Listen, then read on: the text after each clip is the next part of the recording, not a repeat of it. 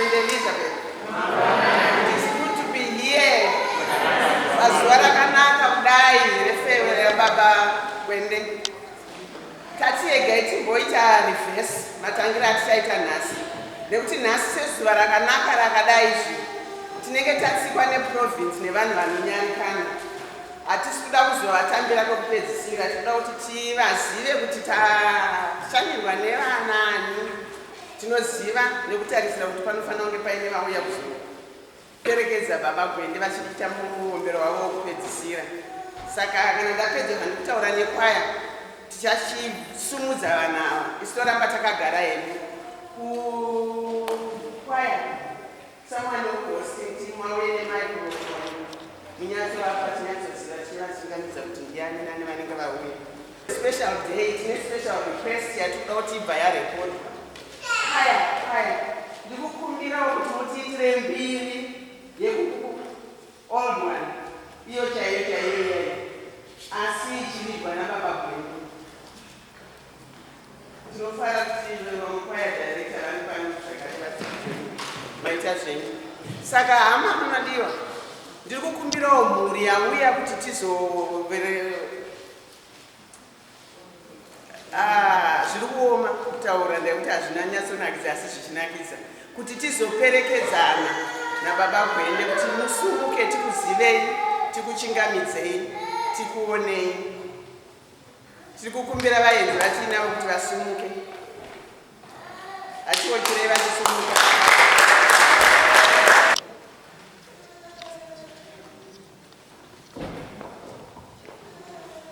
Pamusoro esangano raMwari rinoitwa mainodzo, ndabva kuSt Augustine kuwadzana extension. Ndauya kuzopinda muumbero wababa wangu baba Gwende wekupedzisira tiinawo muno muZimbabwe. Nazvida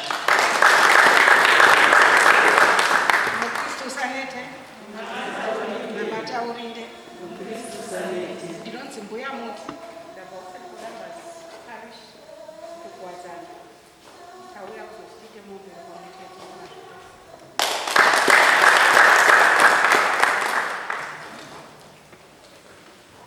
Makadii sangano? Ini ndinoitwa mai Gwende, ndiri mbuya waRevu. Ndauya kuzopinda naye nhasi kekupedzisira ndabva kukadomo.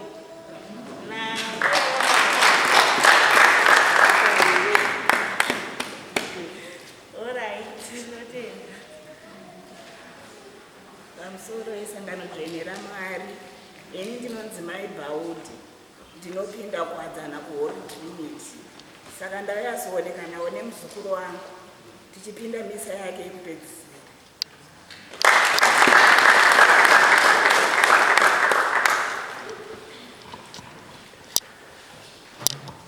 Makadii sangano? Ini ndinonzi mai Nyara, ndauyawo kuzobatana nezvachese.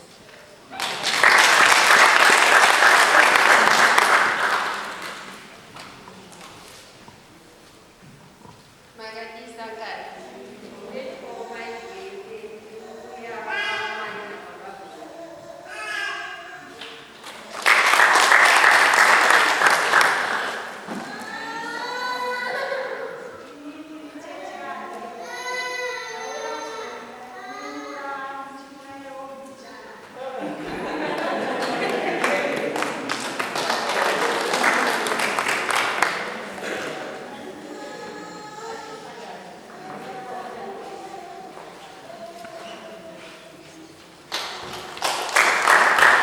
Hanzi ndimbuya Gwende vanobva kukadomo. Makadii sangano? Ndinoitwa Gamushirai, ndiri muzukuru waRevu namai. Tauya kuzooneka nawo.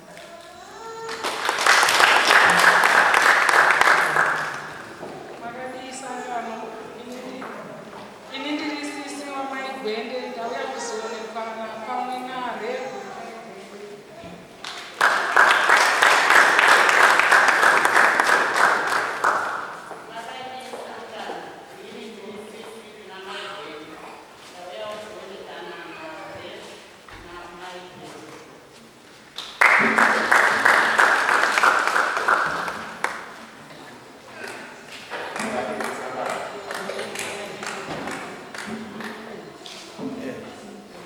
vabadhube namaidhube vari pano tikubva kuSt Edmunds Anglican Church kuChegutu taakuzoonekana nababa namaigwende ndozvatanyanya famira.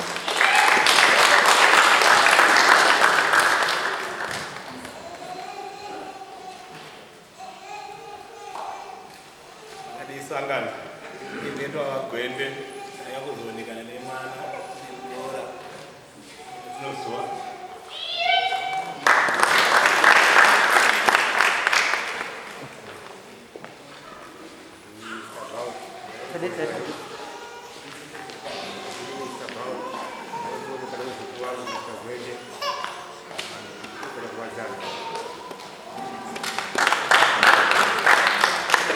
hanzi ndavabhaudhi vauya kuzoonekana nemuzukuru Reverend Gwende vari kubva kuwadzana.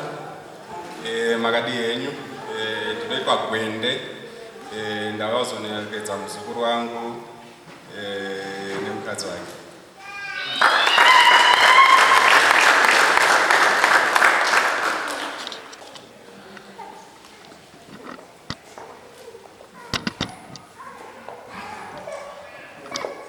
Pamusoro ifano isusu wose kwaya pachikumbiro tine chikumbiro chekuti tinoziva kune chipo chekuridza ngoma and you never gave us that chance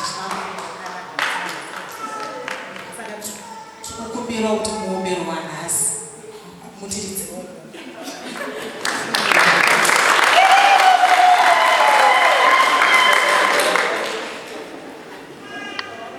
Zvakanaka zvakadaro tinokuchingamidzai mose tinovimba tichaita nguva yakanaka zvachose.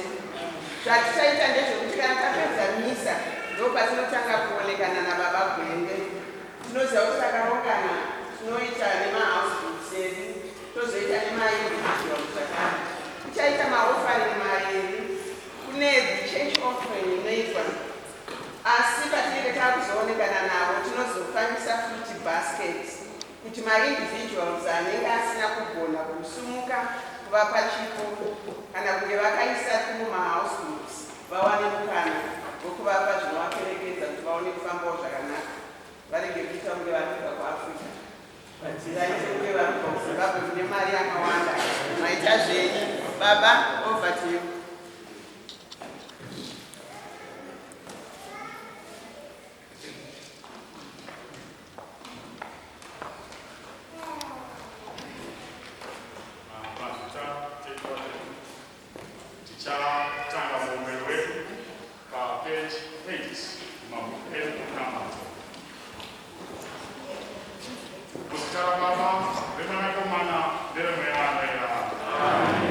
Terms in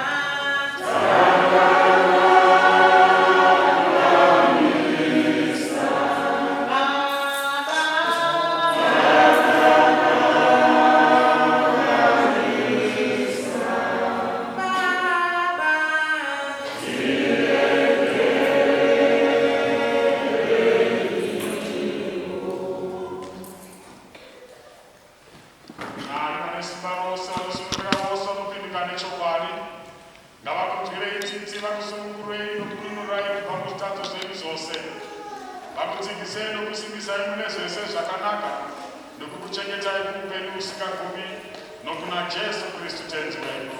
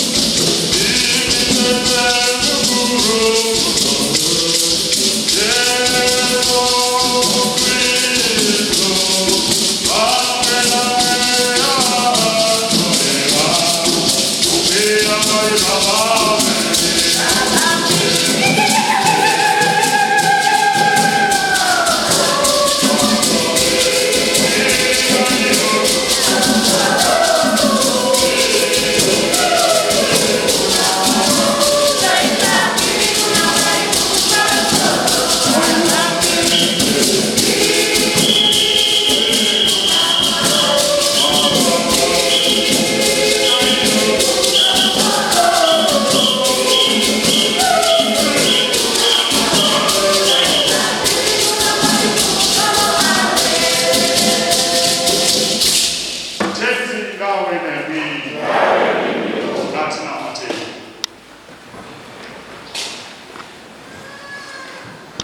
Tenzi iwe wakatidzidzisa kuti zviito zvedu hazvibatsiri kana zvisina rudo.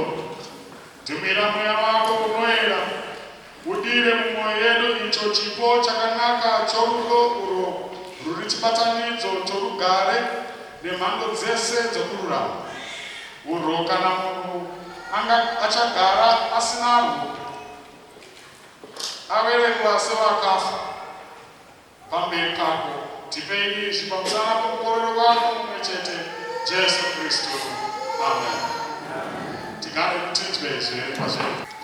Chiverengwa chekutanga tinochiwana kubva kuna Jeremiah 29 kubva pavhesi 10 kusvika pavhesi 14.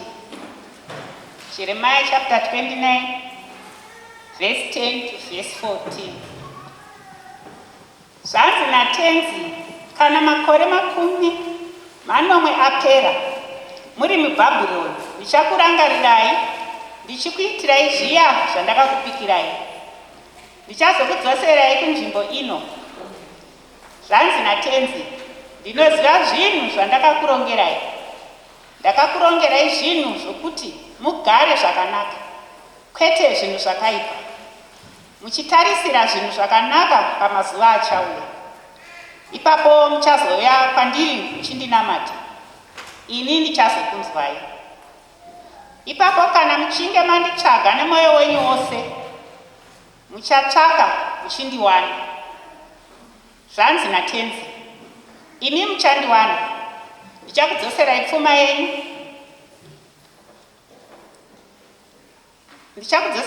yenyu. Ndichakuunganidzirai muchibva kundudzi dzose dzavanhu, kunzvimbo dzose kwandakanga ndakakudzingai. Zvanzi natenzi, ndichakudzosai kunzvimbo kwamakanga makagara musati matapwa. Iri izwi ratenzi.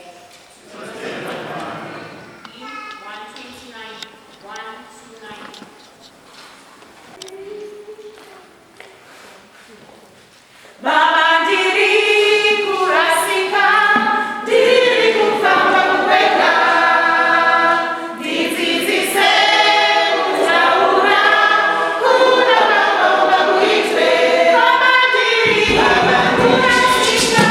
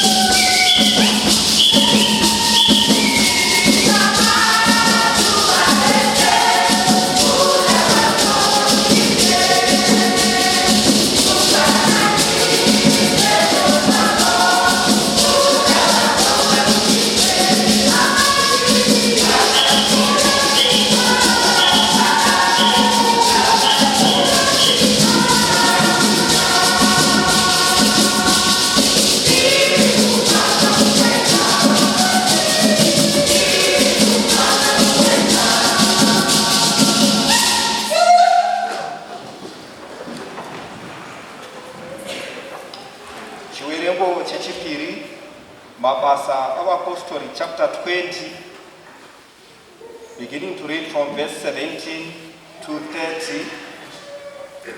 Then we continue on verse 37 to 38. Mabasa of Apostolic chapter 20, verses 17 to 30, then 37 to 38. Zvino iye ari paMileto akatumira Efeso kundodana vakuru vekereke.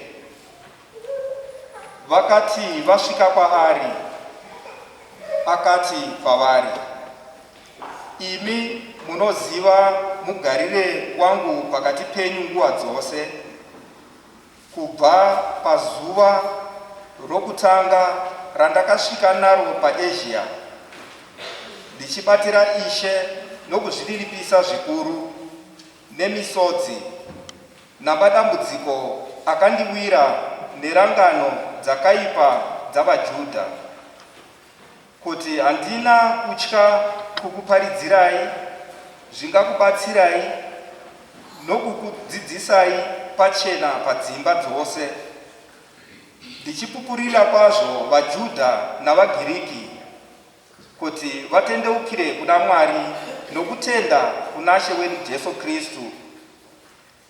Zvino tarirai, ndinoenda Jerusarema, ndasungwa mweya wangu, ndisingazivi zvichandiwira ikoko, asi kuti Mweya Mutsvene unondipupurira kwazvo muguta rimwe nerimwe, kuti kusungwa nenhamo zvakandigarira. Asi handine hanya noupenyu hwangu, handihudi kuti ndipedze rwendo rwangu nebasa randakapiwa naShe Jesu rokupupura kwazvo ivhangeri yenyasha dzaMwari. Zvino tarirai, ndinozviziva kuti imi mose vandakafamba pakati penyu ndichiparidza ushe hwaMwari, hamuchazooni chiso changu. Naizvozvo ndinokupupurirai nhasi kuti ndichachema paropa revanhu vose, nokuti handina kutya kukuparidzirai kuda kwose kwaMwari. Zvichenjerei imi neboka rose ramakaitirwa vatariri varo noMweya Mutsvene, kuti mufudze kereke yaMwari yaakatenga neropa rake.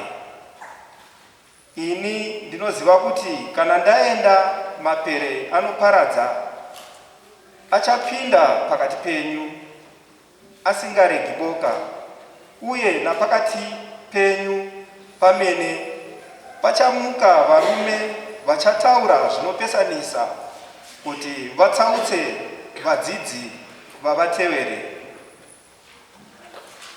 Vakachema zvikuru vose wakawira pamutsipa waPauro, vakaonekana naye nokumusveta.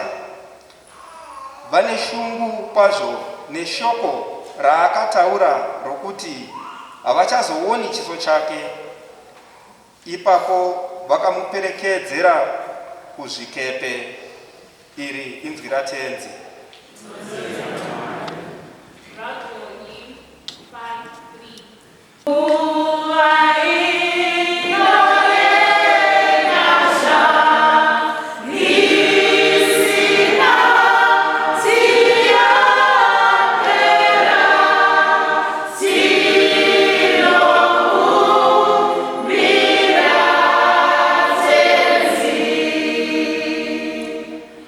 Jesus.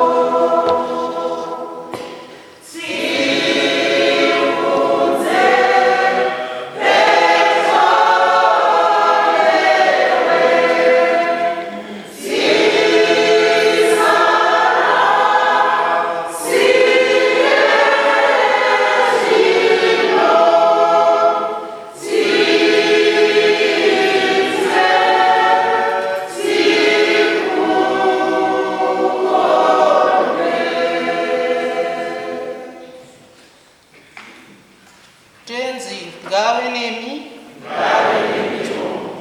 Vhangeri rinoyera riri kubva kuna St. Matthew chapter 6 kubvira pavhesi 25 kusvika pavhesi 34.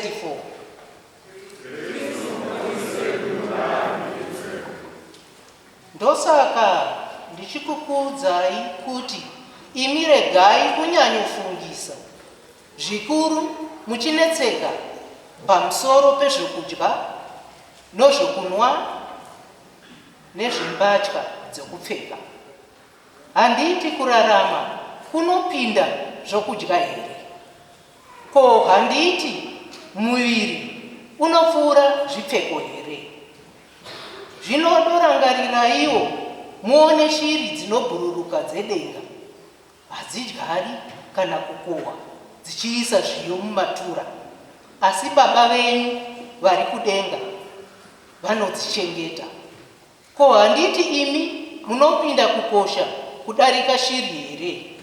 Ko, ndiani pakati penyu angavedzere makore ekugara kwake pano pasi nokuda kwekuti iye ari kutambudzika zvikuru uye nokuda kwezvizvi? Ko, zvino munozvinetsereiko pamusoro pembatya dzokupfeka? Zvino chidoonai kuti maruva emusango anokura zvakadii, haazvishandiri kana kuzvisonera zvipfeko. Asi ini ndinokuudzai kuti kunyange zvake Soromoni akanga akanyanya kupfuma, haana kumbowana mbatya dzakanaka kufanana namaruva aya. Zvino ndiye Mwari anoshongedza maruva aya. Anobuda achikura nhasi uno, asi mangwana anooma achipiswa nemoto. Ko, Mwari angatadza seiko kukushongedzai imi? Saka regai kukumbudzika zvenyu muchiti, ndichava nepiko zvokudya mangwana, kana kuti ndichazopfekei mangwana? Izvi ndizvo zvinhu zvinodiwa navasi vaJudha. Baba venyu vari kudenga vanozivawo zvamunoshaya, uye vanozivawo kuti imi munoda zvinhu izvi zvose. Tangai kutsvaka ushe hwokudenga nekururama kwaMwari, ipapo iye achakupaiwo zvinhu izvi zvose. Nokudaro chiregai kudemba-temba nazvamangwana, nokuti zuva ramangwana rakaringana nezvaro. Zuva rega-rega rine nhamo dzaro dzakarikwanira. Iri ivhangeri ratenzi.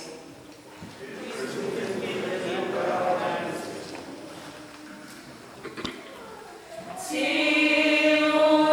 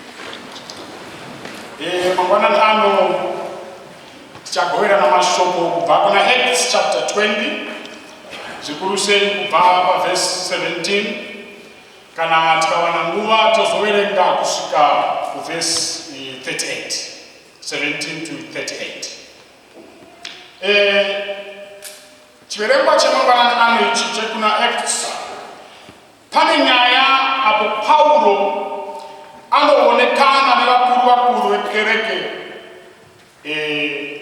yepaEfesus. Zvinonzi apo Paulo akanga achifamba achiita the third missionary journey. Anosvika paMiletus kana kuti Mileto. Kudzabasa Mileto. Asvika paMileto anodaidza vakuru vekereke kuEfesus. Achionekana navo nekuvaonesa kuti achange asinavo achikurukura navo mashoko ake okupedzisira. Now, chiremba ichi chiri constructed in 3 different categories. Chekutanga tinonzwa chiremba ichi chitaura nezvenhoroondo yemashandiro akaita Paulo ari muEfesus. Tozonzwa zvakare chichitaura nezve current status yake achironga kuenda kuJerusalem. Tozonzwa zvakare achipa mashoko Paulo efuture kana kuti ramangwana rekereke yeEfesus neramangwana rake iye saPaulo.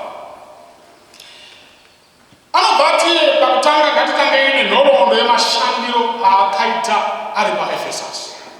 Verse 17 nobvaita achiti munoziva imi mugarire wandakaita neni. Amen and amen.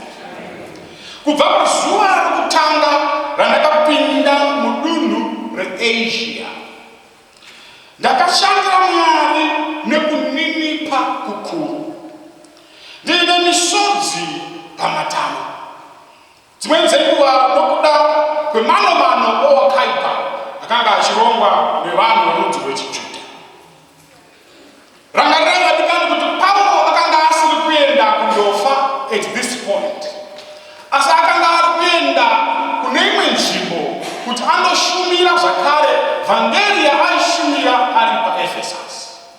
Obva ati ndaakupfuurira kuenda mberi, basa ndiro asi ndiri kundoshandira ndiri kune imwe nzvimbo. Amen and amen. Aipa mashoko ake ekuparadzana achiedza kuvaonesa kuti hatichaonani face to face kana kuti fair. Mazuva ano taakuonana hedu nesocial media. Face to face inoitika asi fair haitiki. Amen and amen. Kudzakasa kuti face to face aiwa inoita asi fair inotinetsei. Amen and amen.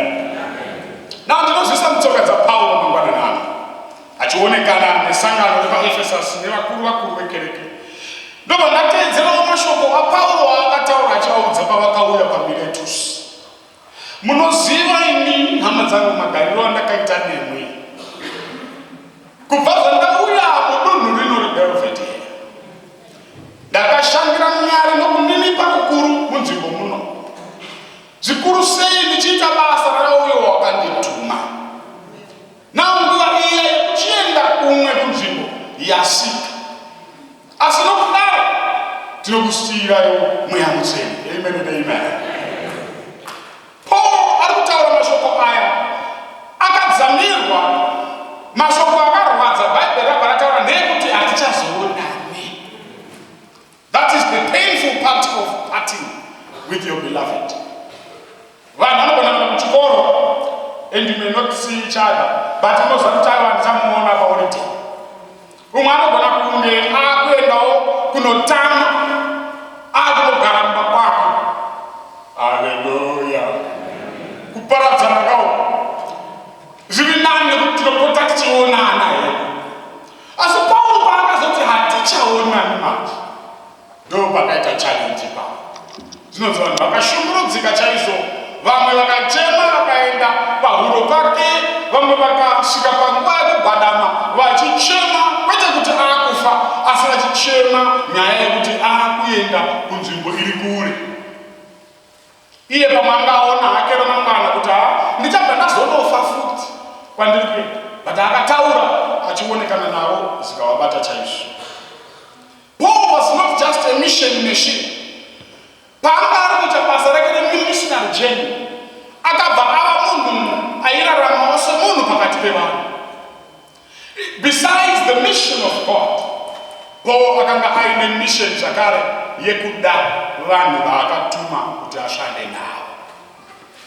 Vadikani takaedza nepatinogona kuti tinge tiri kudanana nevadikani kubva kumadunhu akasiyana-siyana muno muBelvedere. It's unfortunate kuti takauya nguva yanga isingafambiki. Mazuva atakatanga kusvika chaiwo panapa paipisa. Taiuya tiri tu muchechi munomu tichiita live stream. Vanhu vachiona COVID ichipisa. Vamwe vachiti madii maregedza ichitova tati hatiregedzi. Nekuti kushumira munhu aone ari kumba ikoko. Hallelujah. Vazhinji mudiocese muno vakakopera isusu. Because live stream yedu yakatanga kufumbira dzevamwe dzisati. Ndaiuya muno nasokwa. Ndichiuya muno nachati apo. Ndinovati chati. Ndokuti ndichati bugegera. Hallelujah. Vanoda mutupo wavo baba ivavo. Hallelujah, hallelujah. Nasekuru madziri vaiuya futi. Tobva dzati hamuna vanhu muchechi but ini ndikugara nekuti ndauya kuchechi. Togara pakona. Totambirisana hedu chidyo tiri vatatu. Vanhu voendawo kumba. And those days kwanga kusingafambiki zvekudaro. Makaona inoonekana maitiro ataiita mudunhu rino. Tinoziziva kuti mukushanda kunoita vanhu hatigoni kufadza munhu wose. Vamwe vari kungorumwa nekunyunyuta izvezvi as we speak, but I want to tell you that ndingakufadzei mese nekuti handisi wawa. Hallelujah, hallelujah. Nekuti handisi mari. Mari ndio inogona kuti vanhu vafare vose, but ini hangu ndiripowo munhu wenyama vadikai. Hallelujah, hallelujah. Ndinouya asi nguva yekuenda inosvika. Patime yatanga tiripo, we tried our best. I'm very sorry to those I offended. This is the time to make peace. And this is the time for you to release chawakabata moyo mako about me. As I go, I'm going to release every name randakanzwa chitaura nezvangu. Amen and amen. Regardless of what I heard or what I saw, I tried by all means kuparidza nekushumira zvandinofanira kuita without prejudice, without favor, without bias. Takaedza kushumira soko sezari. Ranhasi rinoti toenda kumba nemashoko ezuva iroro. Because Mwari vakati enda undoshumira shoko usaende kundovatakana nevanhu vandakutuma kuti uvade. Paul, I went and I did my part. Now it's time for me to go. Amen, church. Now, tsamba ya Paulo kwa Thessalonica yekutanga inotaura kuti pamusoro pekushumira shoko, Paulo anopa upenyu hwake zvakare kumasangano ese aakafamba achiparidza. Zorava kuti mufundisi kana kuti mushumiri paanofamba pese will be a moving gospel.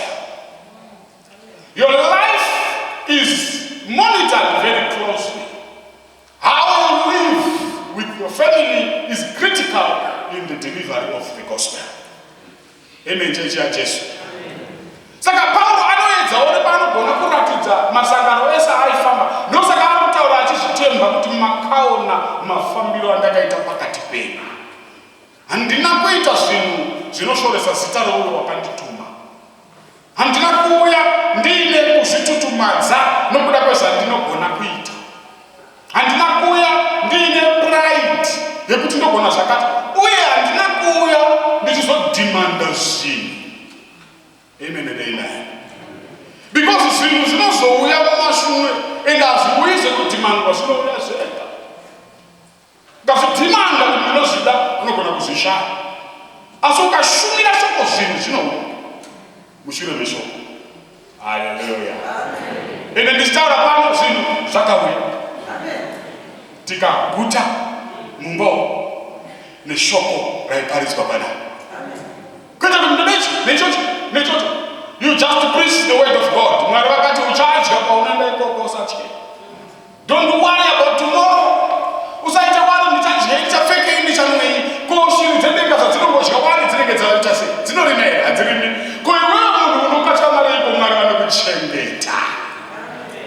Takachengeteka mufunge St. Elizabeth munogona. Amen and amen.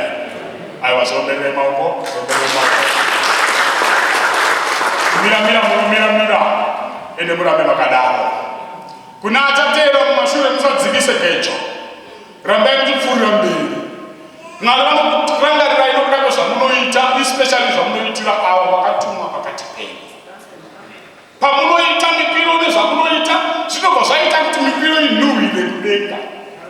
Mipiro yamunopisa kuna Mwari ikanhuhwirira, Mwari ozarura denga odonhedza makomborero. Makomborero obva uya mukati memisha yedu. Saka nhasi unoona kuti patiri kuparadzana kudai, isu takauyawo takazvimuipa tichiedza nepatinogona kuti basa raMwari ripfuurire mberi.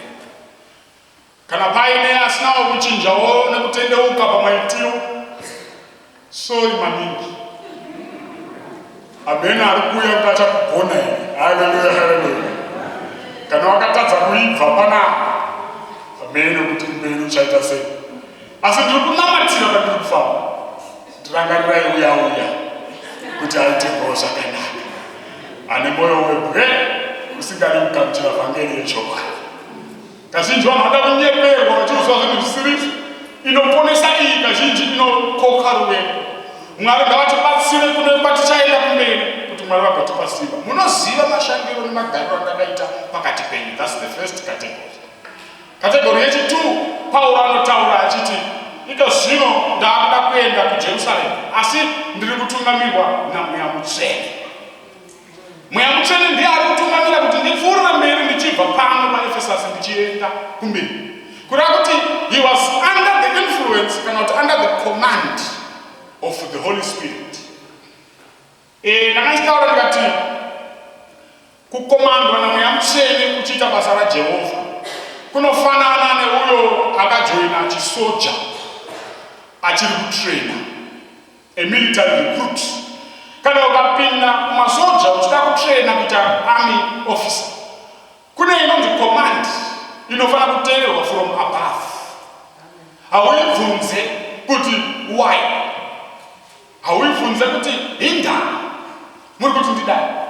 Munoinzwisa nyaya from above vadikana. Mazuva eexile yechechi yedu muchazere mundibvunza mupurisa akagara apo pagedhi achikurambidzai kupinda pano. Muchimubvunza kuti wazowana kupinda kuti oda yekuti tichinjane kupinda. Vamwe vapedza kawo kwakunonga, isu tauyawo takuda kupinda, anobva it's just an instruction from above. Ndikwanisi kukuvhurirai gedhi because it's an instruction. Iwe ukazoona kuti emi ndisiye ndiri pabasa, it's an instruction. Saka kana uri munhu anenge atumwa naMwari under the instruction of the Holy Spirit, unofamba usina choice kana option.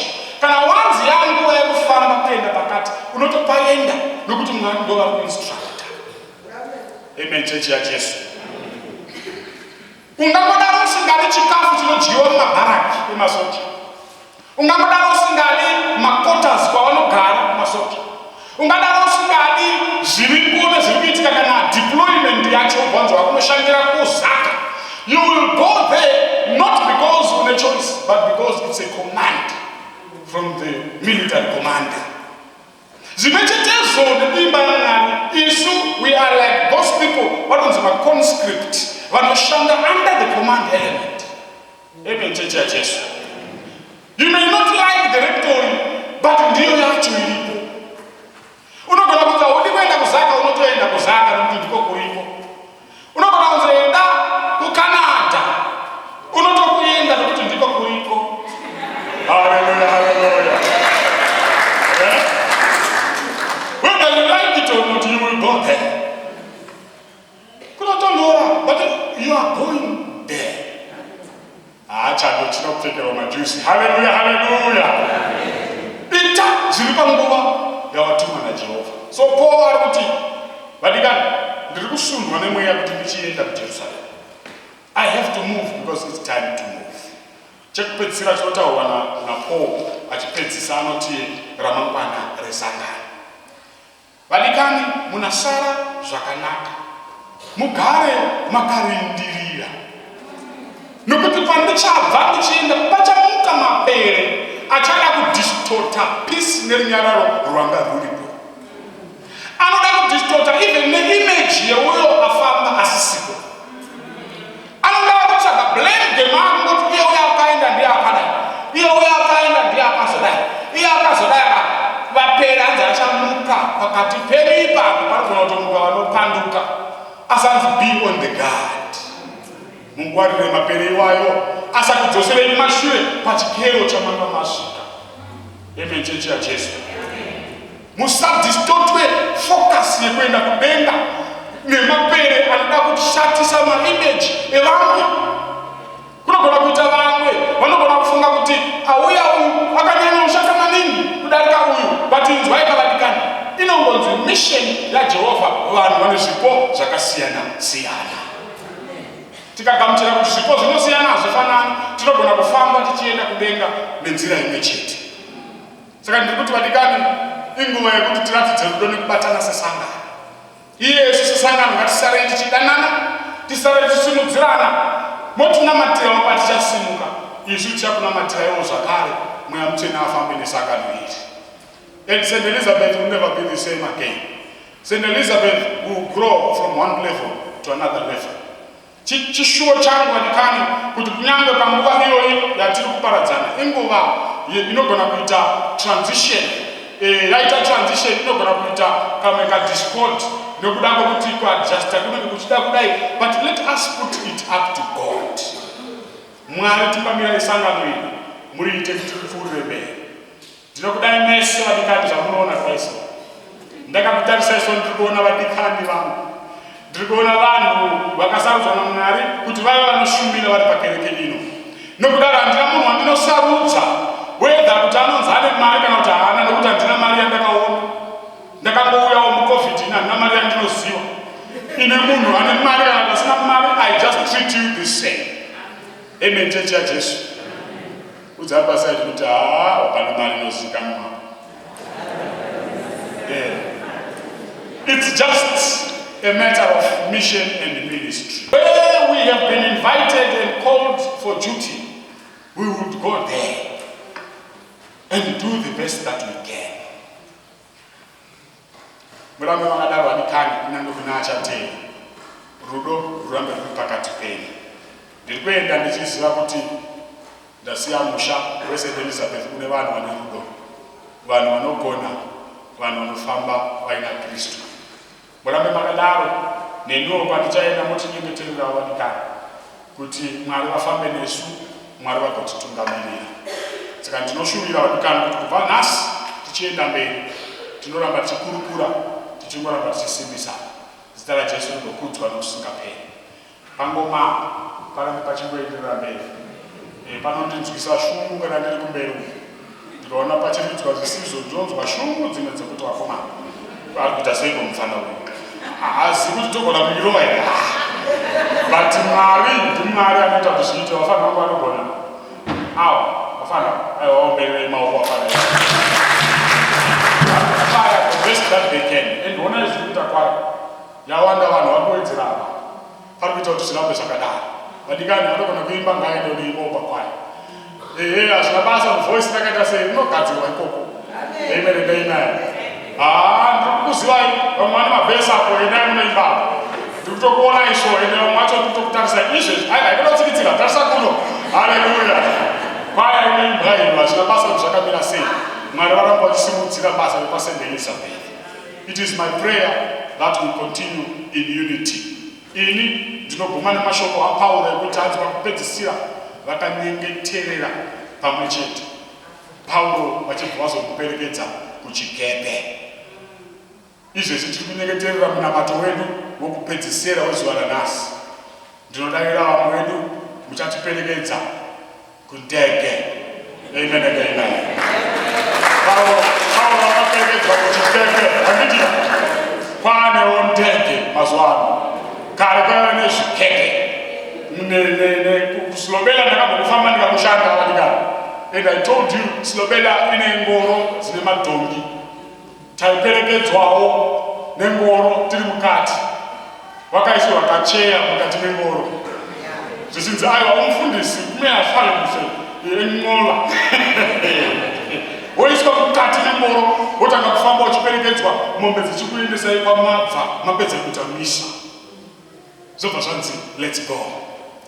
Munoziva zvinoita vanhu kuSlovenia vanenge vakamira musaidi merodi mukanzwa kuti mufundisi achapfuura ari mungoro vomira musaidi merodi vachikumhoresa yebo mufundisi yebo mufundisi unjani mufundisi uri mungoro iwe manje semunhu ari mungoro achienda uchinoti yebo njani siyabonga vakamira munoziva rodi yese kusvika kwataigarawo izvezvizvo masambasi yanaoka. Haleluya, haleluya. Mwari vane nguva dzavo, chimwe nechimwe chine nguva yacho. Usacheme nemablessings ari kumba kweumwe. Rangarira kuti Mwari vane nguva yavo yavachakurangarirawo nerimwe ramazuva. There is a time for everything. Pana akambotaura kuti popcorn chaidzo kadzisa mupoto hadzipoperani kavanhu. Inoti pa, imwe yoti pa, imwe yoti pa. But anopopa ese, but at different times. Chakakosha ndechekumirira nguva yaJehovha. Mwari atibatsire muzita raBaba, Mwanakomana neramweya mutsvene. Amen.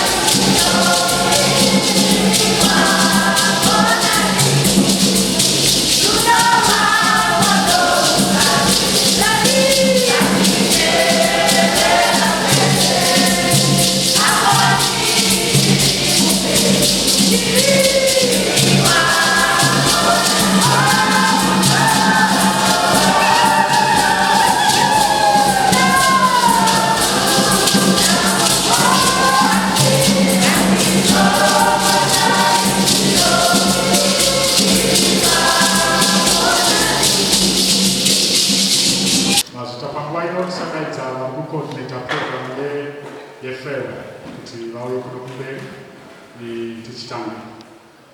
Yes, then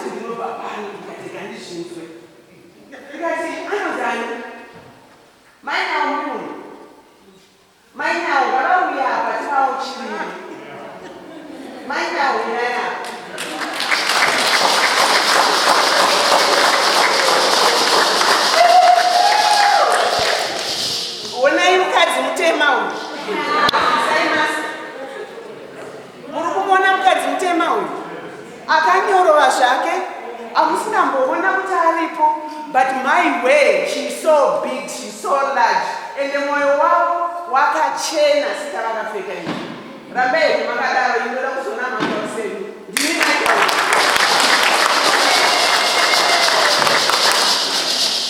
Saka baba ya ile wame wa mwanza basi baba ikani mabasa. Tunakutenda hivi ni masara. Nimokata ni matrisi mama akaenda nimebaki na communicate. Tunochukuza. Masaka kwa maisha yetu tunakutenda hivi. Maisha kumwombero ni lazima sisante sikuona kuti ndani ndani ndakasvika musha ndakataura izvi asi pepuri yenyu yakatinakira maisha yedu kwaya ndizvo maisha yenyu zvakanaka chaizvo. Vaverenga mari tinokutendai, mavhiziti atikuta takuita zvatakuita izvinezvi tinokutendai chaizvo chaizvo tafara kuti mauya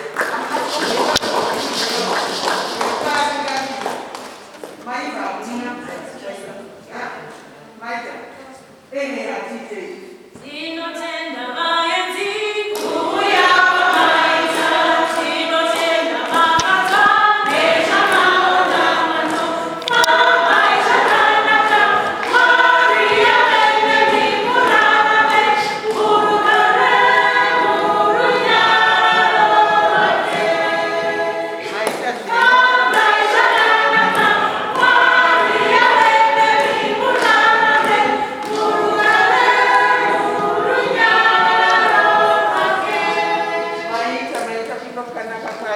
Nditinewo mawaini aya tinofana kufarira mabhotoro 4 auya kubva kumhuri yekwamunyara kutenda kubatsirwa kwavakaita pakushaya kwakaita baba. Chechi tapiwa mawaini 4 nemhuri yekwamunyara.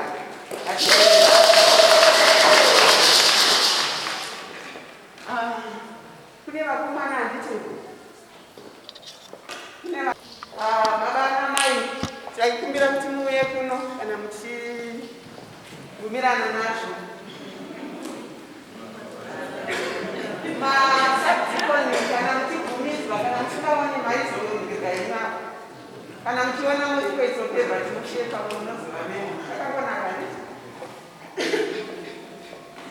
mai Gwende tinokukumbirai mukuona baba ijentlumeni havagare pasi mudzimai asati auya.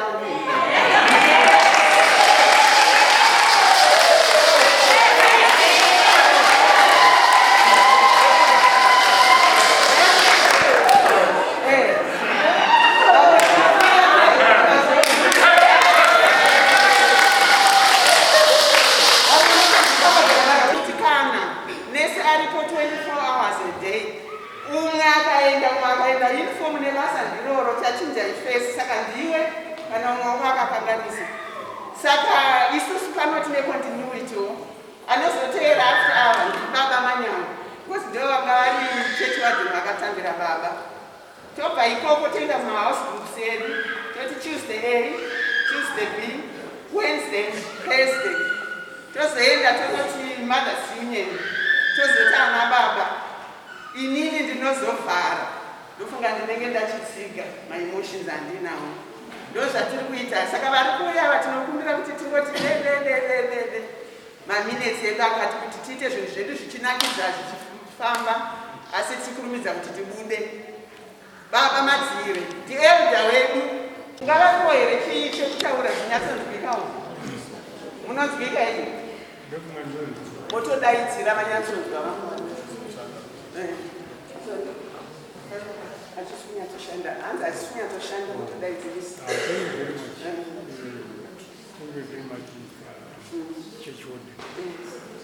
Baba mukamira zvenyine papo tinokuonai kubva matarisa maziso enyu aikontakti vaoneone apa nekuno apa kuti kwese kuite uku muchiona ava muchiona kamera ichikuonai.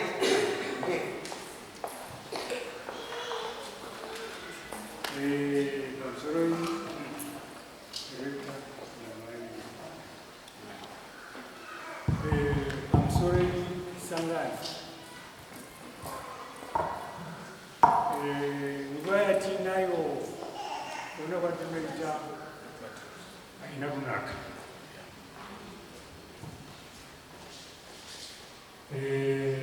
Tasvika padanho rakatiomera ratichadoisa kuti tichida masimba ekumusoro-soro. Pana takagara makore akati uye taita vashandi vakawanda vatakawanda. Saka takatarisana nezvatakatarisana nhasi zvekuti baba vakuenda kwavakaenda ndo nyaya yandinotanga kuexpresa inondirwadza nekuti kunyange zvoita sei zvazvo nhamo yemunhu hairambirisai. Isusu tatosara tapa nechimwe chinhu chatisingazivi kuti chinenge chakamira zvakaita sei. Baba takagara nemi pana kana painewo zvakarasika zvakarasika, asi ine ndoda kuti nditaure ndichimirira kunyange ndisiri ndinofanira ndichimirira zvandakaona panguva ino nepanguva yakapfuura. Ndakaona takanga tiri munyara tikatarisa iyo nguva yeCovid chechi yakasara iri empty. Makasara musina vanhu vanoda kuchechi. Asi kumira kwevanhu mukati dzenhamo dzese dzakanga dzichiuya, zvinhu zvakanga zvichibatwa zvakanaka, zvinhu zvaifamba zvakanaka. Baba tinokutendai, mai tinokutendai.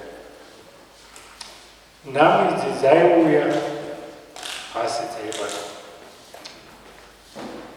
Zvifambiswa zvemusha zvaiuya munguva yeCovid asi zvaifambiswa zvakanaka.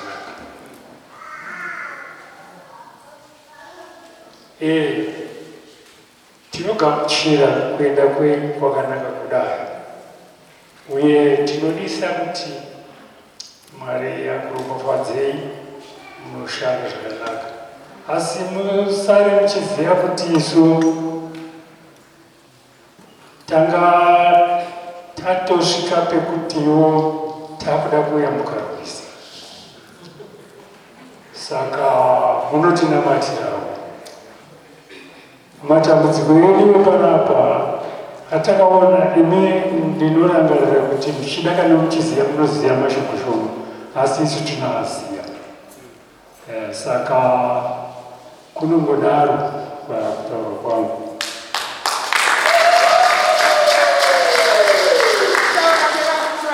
Zvakadii kunakanaka. Elder Chengu yaimiteini 2 minutes 1 minute. Baba Manya muchigadzirira muchiuya padhuze.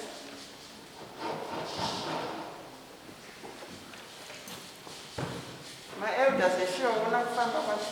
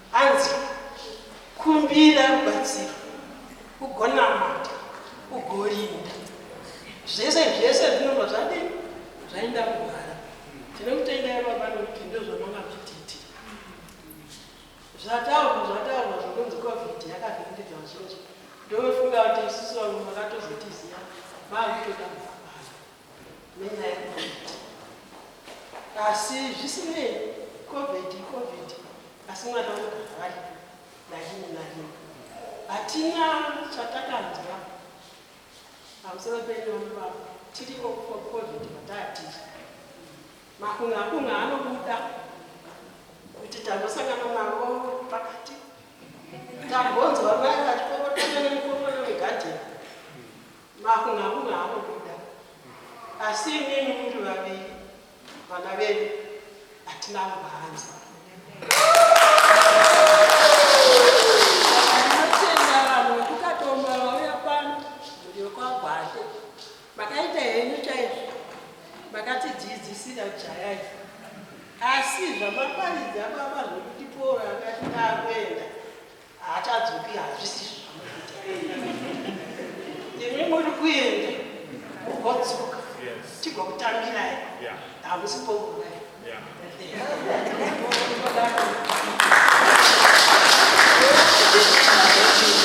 Vakuma elda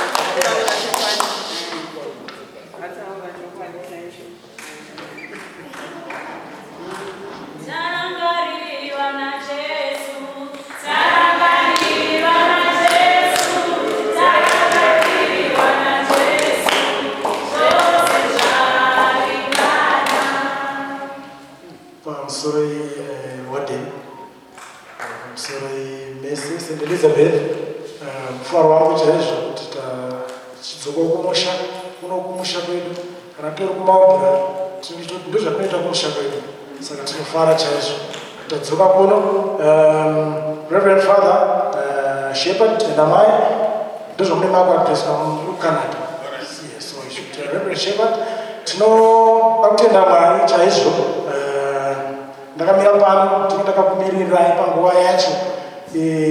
Tinofara chaizvo baba pavakasvika COVID yakauya Sunday, lockdown yaitanga Monday, first lockdown. So takatova baba garai muri kuno vakabva vamhanya vakabva vauya. So like he said kuti yanga iri nguva yakaoma ichapisa COVID, but ndakutenda chatoda kupupura chaizvo pane murume uyu ndechekuti vachisvika pano ina ndisingavaziva ndaingoziva kuna baba Gwende, but I didn't know him personally. But chatinoda kutenda tigara pasi nawo chinhu ane wisdom,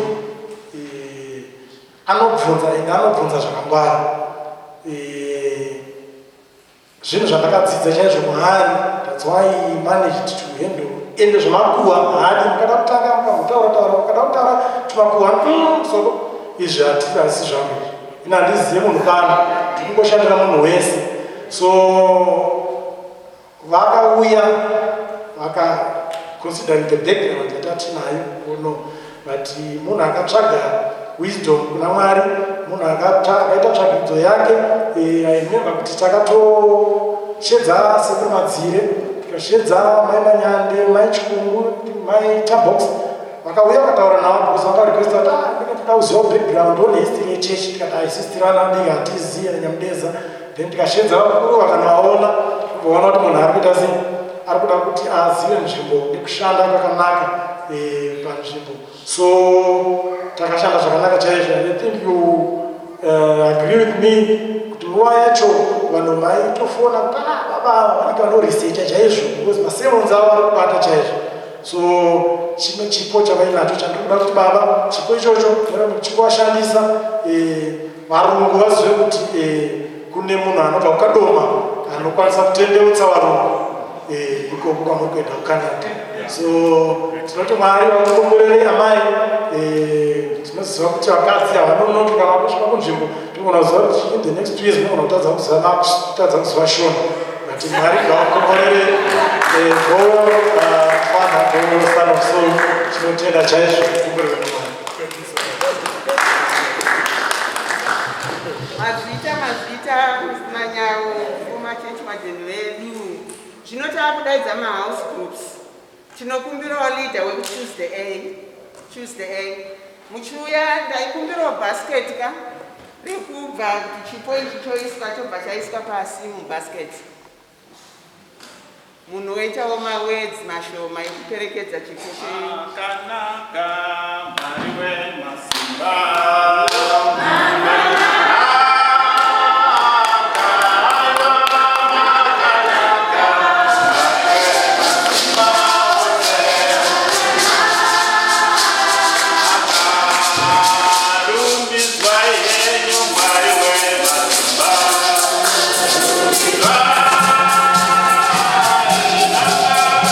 Thank you.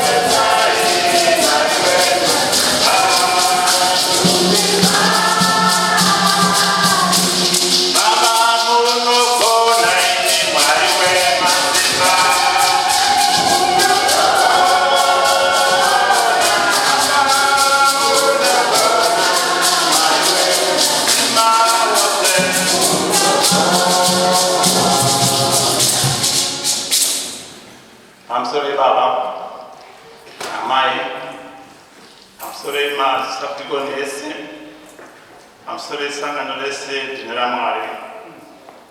Panguwa dzino isu veTuesday tinouya tichitenda zvikuru baba nenguva makamuine sipano chikushuvira kuti pamakuenda ikoko pamberi nevhangeri ngariende mberi vhangeri raMwari changa chinzwa kudzidzwa zvikuru nemusoro ramanga kuchishiya pakati pedu masondo ese nenguva dzese tongokumbira Mwari wamasimba ose vakutungamirire pakati pedu kuti mufambe zvakanaka nguva yenyu iyo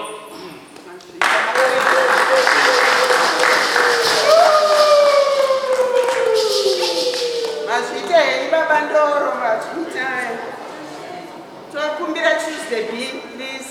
Tuesday B.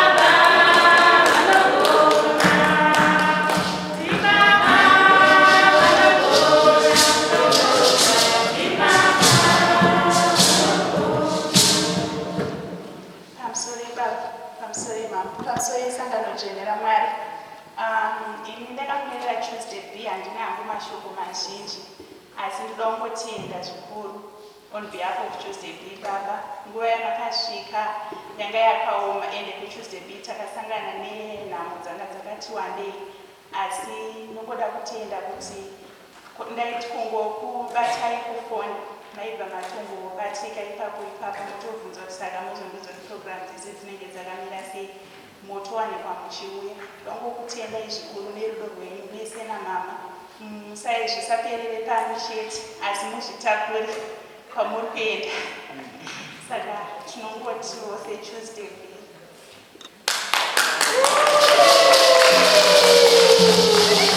Tokumbiwa Wednesday, please. House compare Wednesday.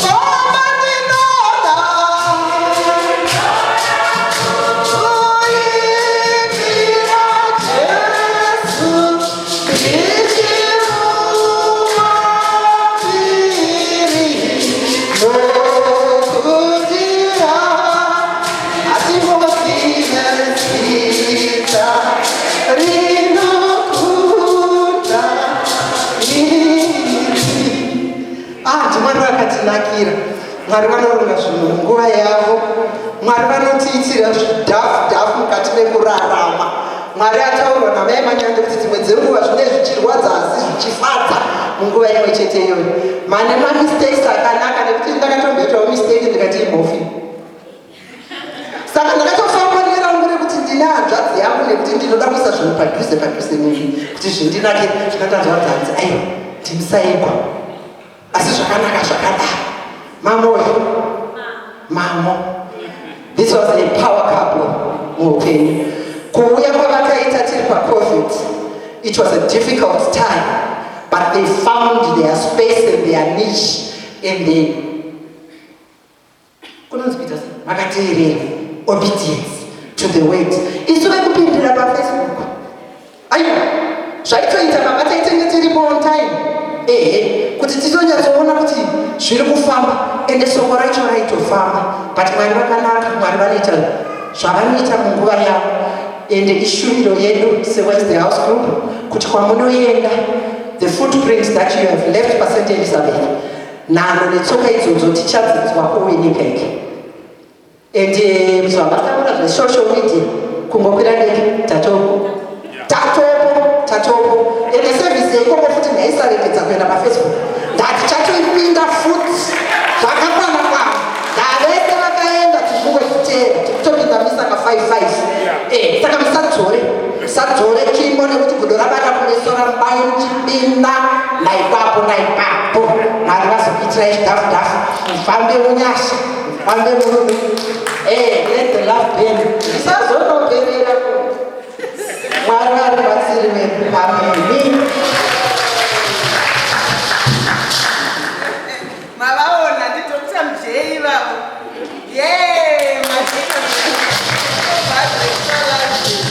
Ende masoko taanzwa akanaka zvinoshamisa. Tochienda paThursday House Group yakamirirwa naMai Chikungu.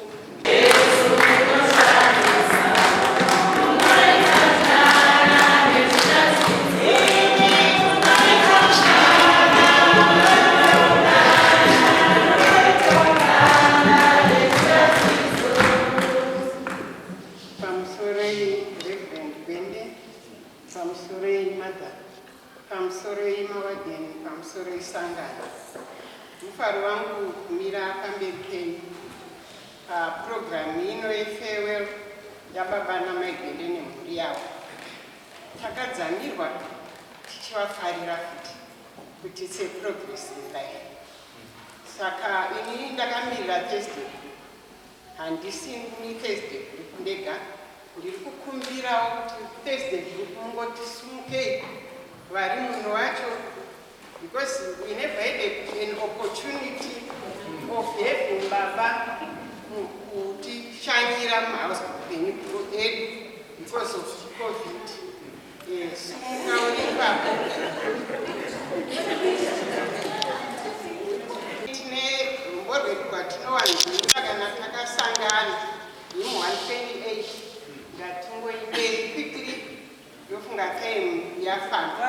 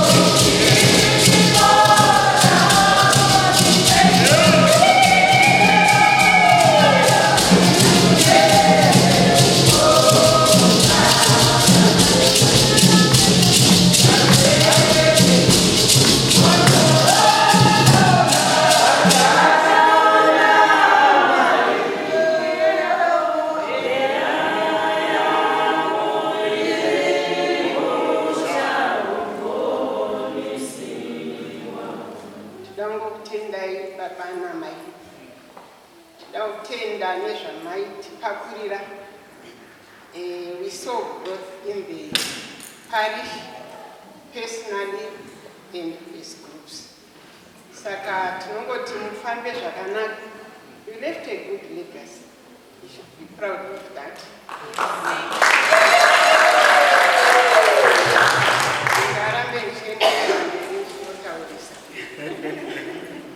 Baba namai Gwende vapenda neimwe shamwari yangu mutendi wepana vanonzi mai Hambira. Munotikwazisira echipo chedu ichi.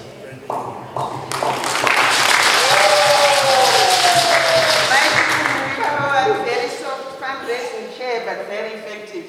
Tinokutendai musha chechi hazvino namangwana, saka youth chimbopindayo mudariro.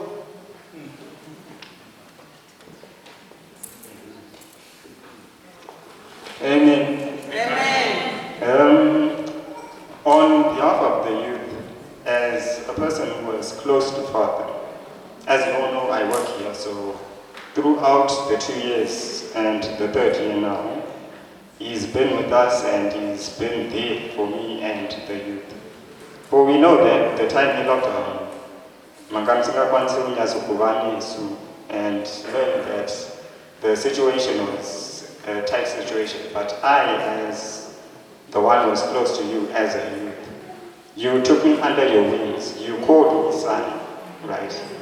And you taught me a lot. He's a man who did not hold back, who did not stop, who did not want to hide anything from you. He corrected you there and then, in order for you to know that what I'm doing is wrong or right. So, as my youth, we would like to thank you very much for having been there for us as a father and mother as well, for being there for us, guiding us, teaching us. Because there are some platforms that, Father, you did, and you educated us, and you really showed us that the right way is which way. So, as my youth, there's a small things that we can do for you as your children. And for those that are out there, please just treat them the same way you've taken us under your wings. Don't desert them. Thank you.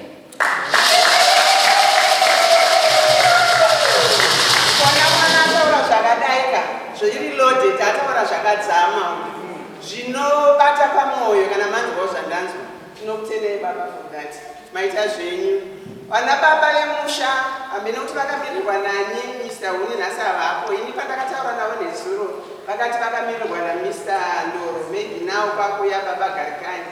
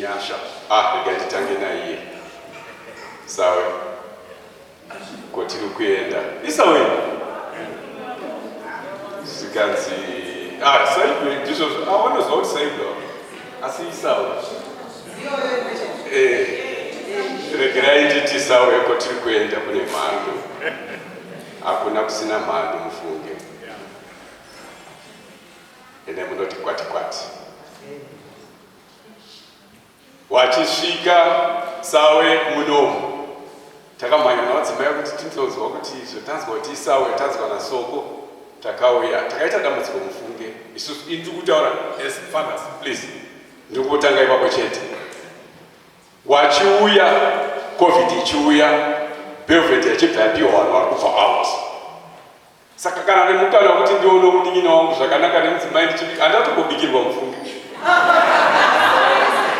because ndaitya kuuya nayo kubva kuBelvedere ndichiuya kunayo kuno iyo covid ya because kuno matsotsi aiuya time yacho yematsotsi aibatwa akanga auya pacollege tavachengetedza 2 days 3 days atofunga zvekutiza anobuda tiza nepajurawo saka zvaitonetsa kuti ndiwe ndizona munin'ina asi ndinoda kuti titende sendereza takapiwa nyasha mufunge nadensi dzemurayiro ndakafara the first 3-4 days pena pandakangosimuka so ndikati wakomana aya mazuva anenge ekuonekedza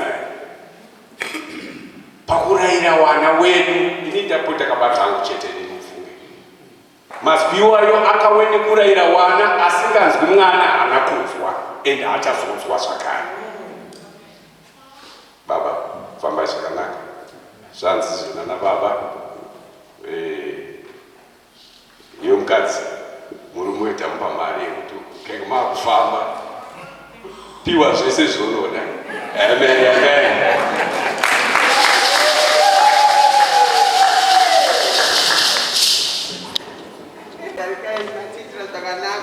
Nekutora kwakanaka asi kune fevha yekudanana pamukomana nemunin'ina zvakanaka zvakadaro. Mother Union, please. Ivana mai vanoronga. Vakanaka veduwe.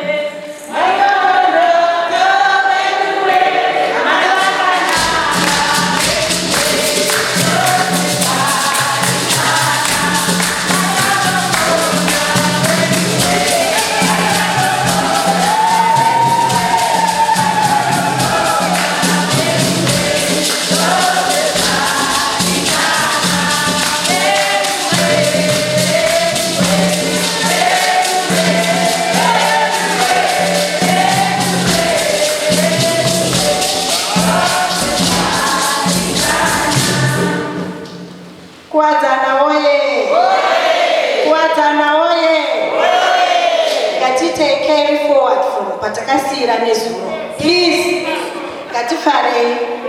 Tinangotenda Mwari mangwanani. Mwari.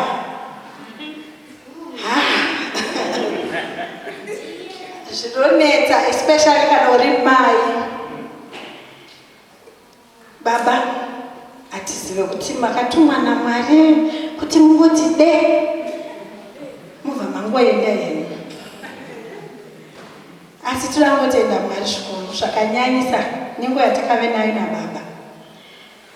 Vanhu vese vabva pano vataura zvekuti COVID zvikazoti bi tikazodai. Asi munoziva here kuti sana mai pamwe hatina kutombozviona kuti kwaive neCOVID. Madzimai edu anoda kutendai zvakanyanya because handifungi kuti vanhu ava vakambozvifila kuti hatipo. Nokuti zvaingoendeka leadership yanga iripo tinoitenda zvakanyanya zvikuru. Vakatambira baba namai vachisvika zvinhu zvese zvichiendeka. Pamwe tinombononoka kuita zvoda kuitwa asi zvichizoitwa hazvo. Toda kuzvitenda chaizvo. Baba, kwamuri kuenda uko tinongokushuvirai kuti shoko ngariende mberi. Shoko ngarifambe sekungofamba kwaranga richingoita pano. Mother, kunotori nenhengo yakatokumirirai kuti unotanga Mother's Union ikoko. Maihambira variko nokuti unotanga ruwadza murwenu muri tu muchapedzisira mazadza cheche ese varungu vakutokusungawo madhuku. We hope kuti zvinobuda zvakadaro. Personally ndangotenda Mwari because baba Gwende ndakavaziva vachiri muordinate tiri kuGlenora uko. Kwakuine kamwe kasection ndakambochitaura futi nezuro. Kasection kevanhu vanga vasingagare muGlenora vaigara kana kuti unenge uchigara kana kuti kutown kana kupi vanhu uchipindira paGlenora. Kasection kavo kainzi karectory. Baba ndofunga muchiri kukaziva. Karectory section ikako taitoti kana uri musi wokuti tiri kuenda kuchitumbiza munhu iye anopedza chitumbizo taitoenda. And baba would coordinate everyone after church, section, hande. And they were so passionate about it. Vari muordinate kudaro. And hazvina kuperera ipapo. Tinokutendai baba. Makaramba makabata chamakati mukuda kubata ichocho makaramba makachibata mufambe zvakanaka. Mother's Union iri kutiwo mufambe zvakanaka. Mother, muzobisa ndege kuti mutengerwe machips. Pane kapasuro kataisawo. Mutengerwewo machips. Inombofana kumbomira ndege. Tinokutenda. Mwari akutendera.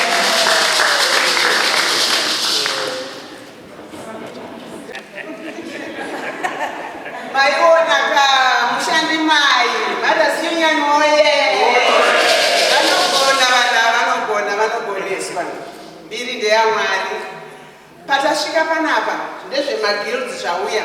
Kune mumwe anogona kunge anzwa kusundwa.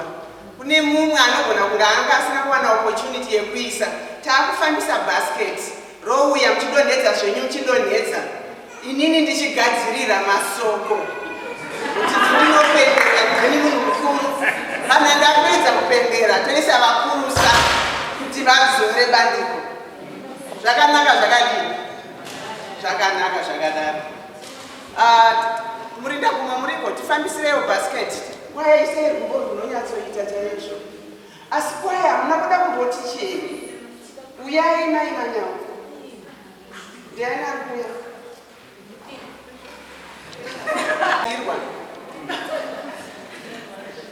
I'm sorry, Father.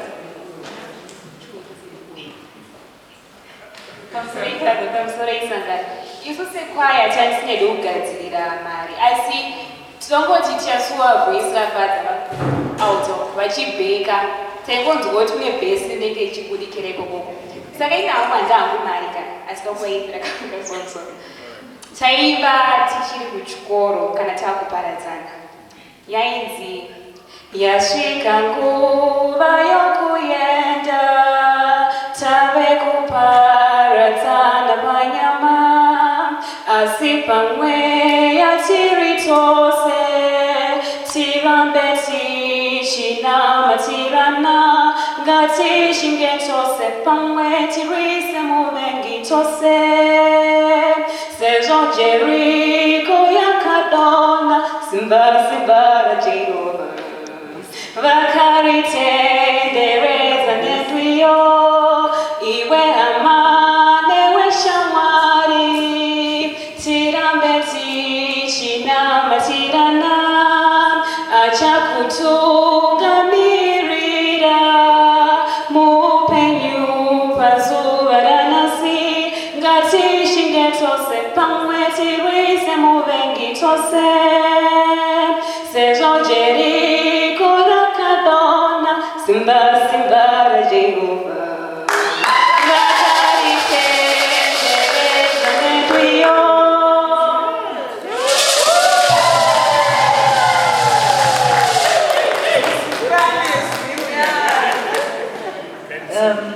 I'm sorry, church. Inini handina kumirira kwaya, ndamirira murikwa manyawu, especially matwins angu Ethan and Nathan. Vachikura mufundisi wavakatanga kuziva ndibaba Gwende. Tichibva pano tainoiswa almost every day kuti itai video call toda kutaura nababa Gwende wacho. Vanonzi baba Gwende wacho nevanoona. So even kumabro vatakaenda vakambosvika vachiti baba Gwende but now vakuzivawo kuti ndibaba kajakata. So baba Gwende ndoda kukutendai nezvamakaita mukati meupenyu hwedu, mukati memhuri yedu. Toda kungoti mufambe zvakanaka kuCanada. Mozotigadzirirawo mapepa edu, toda kuzotevera kwamunenge muriko. Mwari vakuitirei zvakanaka, muwanzirwe nyasha naMwari. Kungoti umwe wacho arara, saka regai ndivasvitsire chipo chavo, tinotenda.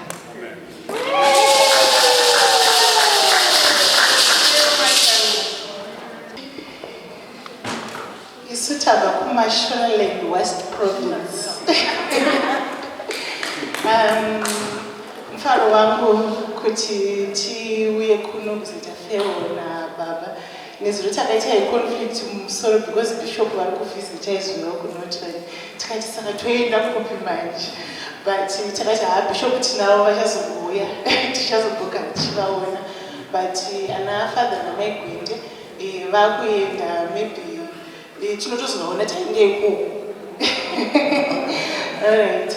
So isusu tiri kutenda semhuri yababa namai Karo nevana vedu pakwashena kutenda kuti Father pakwaya yes it was nguva yakaoma. Asi even munguva yakaoma I remember there was a time vakamusimika vakauya tichiri kugara muno muBelvedere tikaonana navo tiri muCovid imomo. Tiri kutenda zvikuru nemashoko ese avaitiparidzira pano. Tiri kutenda Mwari nenyasha dzavo dzavakarakidza. Ndichikuti Mwari vedu shuwa vanomira nesu. I remember mupost yababa wakati it was the status yavakati munhu ana Mwari wavo. Zveshuwa munhu ana Mwari wake.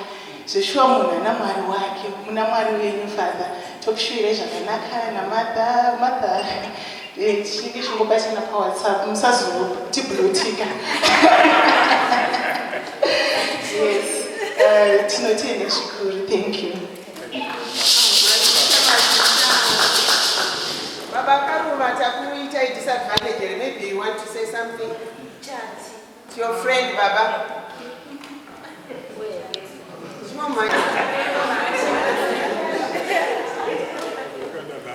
Pamsore Baba, Pamsore Machechuande, Pamsore Saka.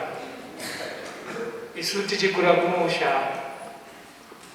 tiri vadu uchifamba nakuru maifamba muchigwagwa chidukuso asi mwana muduku aifamba kumberi uchifamba kumberi mukuru waifamba kumashure nekuti vaitya kuti iwe muduku unozodzima shoka dzavakuru saka ndinohla kudzima shoka dzavakuru vataura kumberi kwangu asi shoko guru ranodangodza mufundisi nderekuti kwamuri kuenda kukotagwa chirungu tarenda rekutaura chirungu takarihwa munaro ngarikontinye ikoko ndavonga.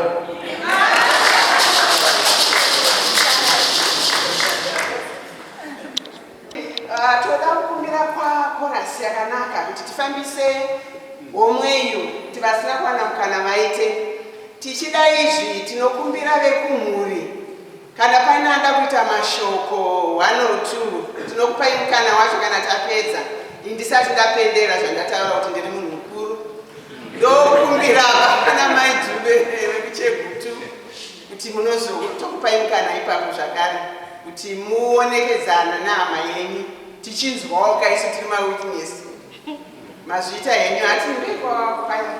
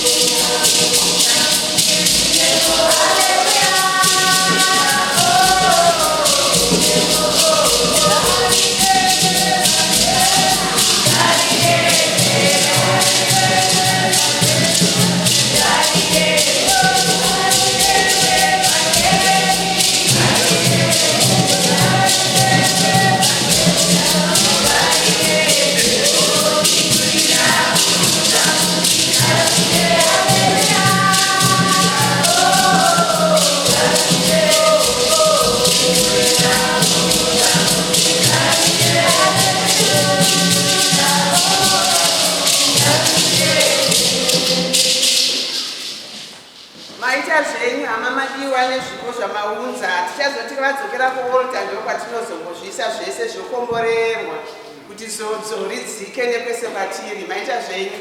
Ndakukumbira vemhuri angade kusunga vauye sandadedza baba namaidhube. Ndivo vari kuuya baba namaidhube. Uyai vakuru vangu.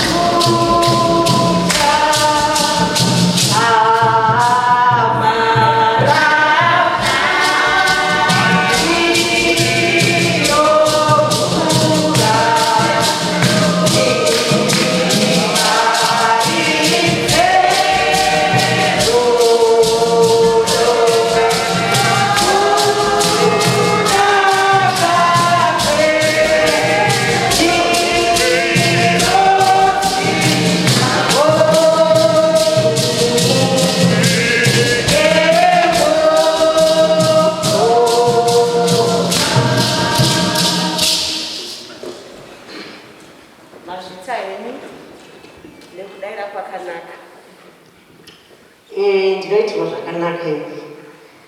Isu tasingavati mufundisi kunyanya inizvo ndaiti timu ranga riri timu zveshuwa. Mwari vandibatsire mufundisi ndashandisa kuti timu kozi ndaizoitirwa zvakanaka nekamwe kamuzukuru kangu. Ndaifunga kuti ndokatyidzira bva tikaizoramba.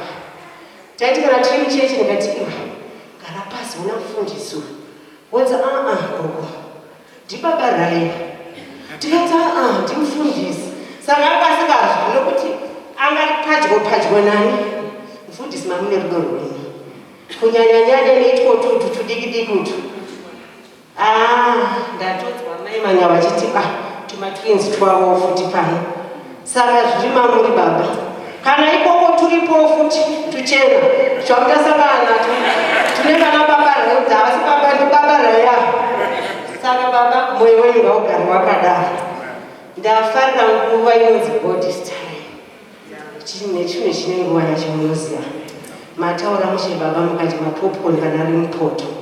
Hangoti yese mazvona. Asi iro ranga ratofanira kuti tichiputika naye. Tingarambidzwa tiputika nekuti nguva yanga yari naye.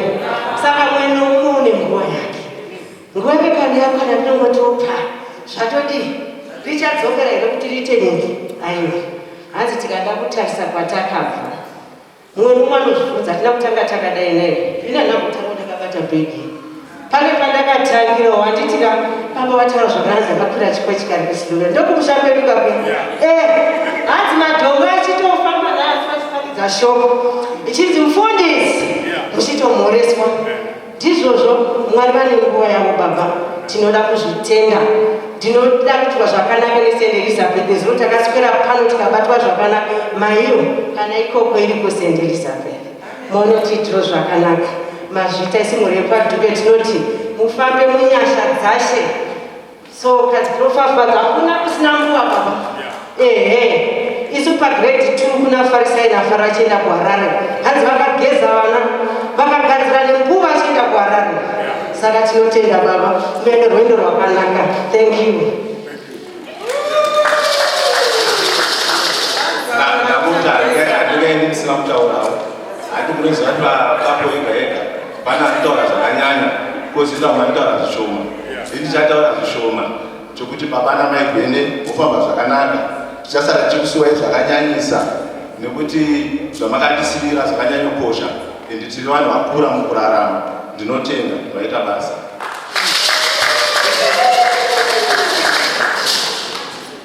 Vakakomborerwa zvavo vanoteerwa kwese kwese kwavanoenda vachibva vachingodiwa vachisiya legasi yakanaka.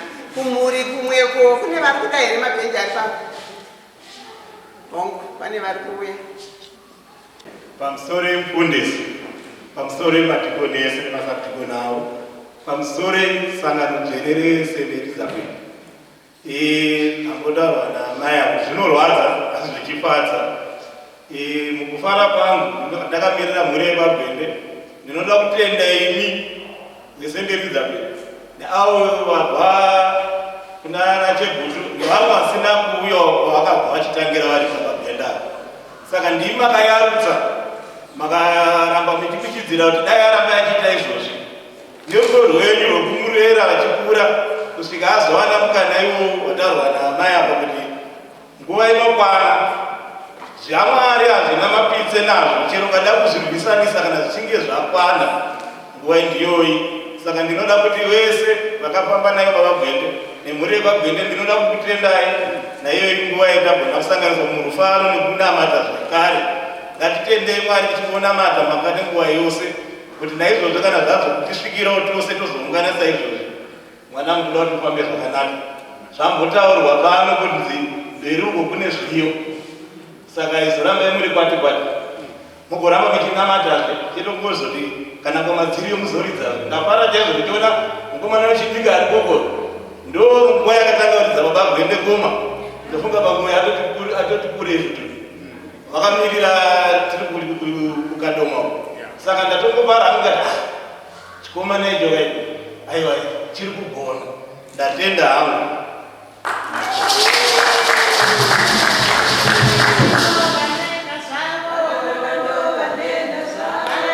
Thank you.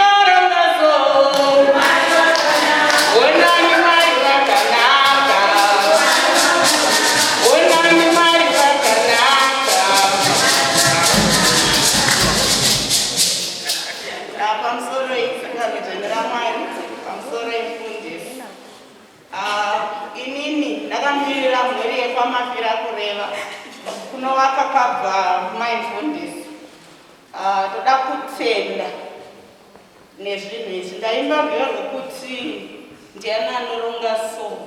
Chokwadi pasina Mwari hapana chinoitika. Dai ngari munhu, dai ndandiri ndaiti siyai apa inini ndiende. Asi nokuda kwaMwari dzinongouya nyasha. Ndiri kunzwa kufara. Mukwasha wangu ndiri kunzwa kufara. Ndiri kunzwa kufara. Dai wari Mwari vakuomborerai maramba muchiita zvamunochiita pano tiende mberi. Tinokutendai. Kwasha anodiwa kwakaroora maigwe. Kwasha akanaka uyu. Baba vachimupa kuti ropafadzo. Zvinofadza izvi. Maiwe zvangu zvakanaka zvakadaro izvi. Zvakanakisisa.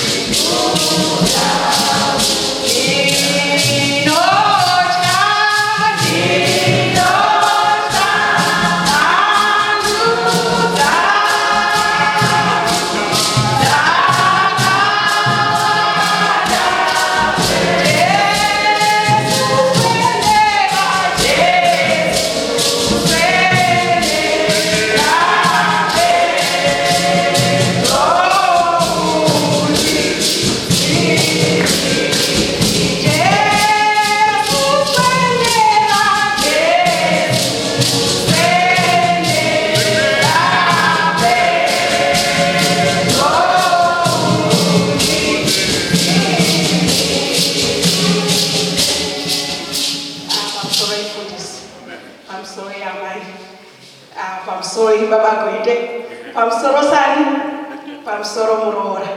Ndinoda kutenda Mwari mangwanani ano kana kuti masikati. Mukazoona ndichichema they are tears of joy. Ndiri kuvafarira. Amen. Takatanga kuzivana namai Gwende, tiri kushanda tese mugroup C. Tiri pakubatanidzwa tichibva tafara zvokuti vamwe vanhu vaitomboti ndinotamba nevana vadiki. Amen. Achibva apodzesha Mwari yangu ndikati aiwa mwana Muroora uyu. Ndobva tadhonza tiriko. Ndobva tazopiwa Baba Gwende pakuwazaya. Ndobva ndafunga kuti uyu asisiri mwana wangu, uyu ndiye mwana wangu chaiye. Saka ipapa panotogoita majerasi ekuti ndinoti uyu mwana wangu, uyu Muroora. Asi ndozvazviri manje, ndozvazvatama. Takatanga tiri kuzivana mai Gwende paushamwari, pakubata tese tikawirirana. Tichibva tazovaka ukama, wakada kuti ukamai unenge usauya. Pachibva pavakika ukama chaiwo wokuti hatichagona kuubvisa. Ndiri kungoti inini Mwari vakuitire zvakanaka. Kwamuri kuenda ikoko, endai munovaka futi ukama. Munonoona futi vamwe vanamai kunyange vari varungu asi vanoita futi vanamai.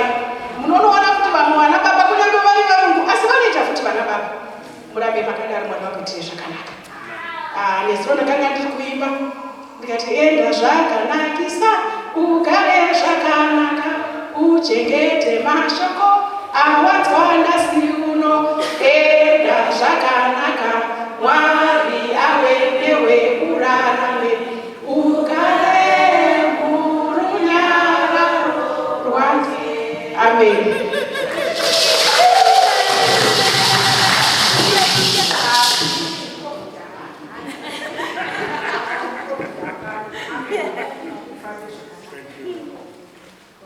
Pachine vamwe here vari kusumuka kuda kuuya kutaura kana kuti ndochipinda zvangu inini big fish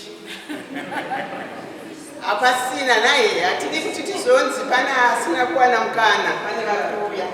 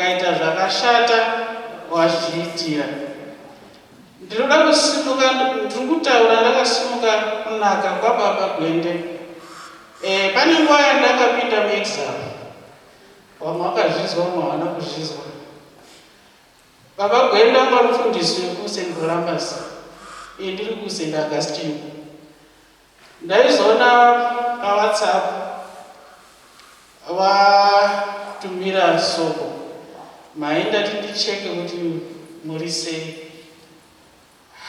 Ndozwa kubatikana. Andotora kwasa ndapindura. Ndozopindura ndoti baba ndiri wadhamu. Gare ona waisazve. Kuzosvika ndabva ndanyanya kuzochenda padhuze nawo. Muri kuona nhasi ndau yakudaizvi. Ndichina hangu misodzi pamatama ndakashaikwa nemuruva asi nekuda kuti ndakuonekana nababa Gwende ndasimuka nekuda kwerudo rwawaindiratidza rwawainditira. Amai vangu ava amai Gwenda waiuya woswera wakarara pasofa ndakucheka kuti ndiri kuita sei zviri kuitika. Ndozvitongesa ndega kuti kumwana maifundisa abva usekoramba sauya kuno adangoona kuti ndiri sei zviri kudini zviri kufamba here kana kuti zvakagara. Maiwa ndinokutendai zvikuru nezvamainditira baba, ndinokutendai zvikuru nezvamainditira. Kana mazoenda Mwari wenyu achazokuchengete nekukurangarira nekukupa wisdom yekugona kubata zvinhu pamunenge muri mazviita.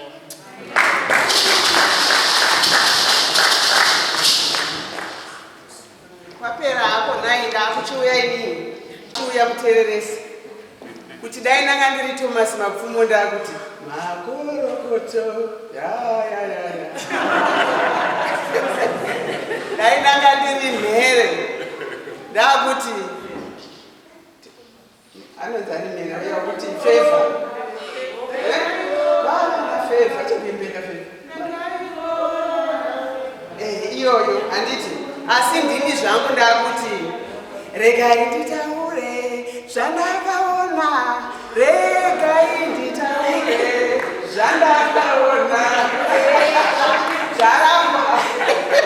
Zvaramba veduwe tichidzorera mbiri nerukudzo kuna Mwari.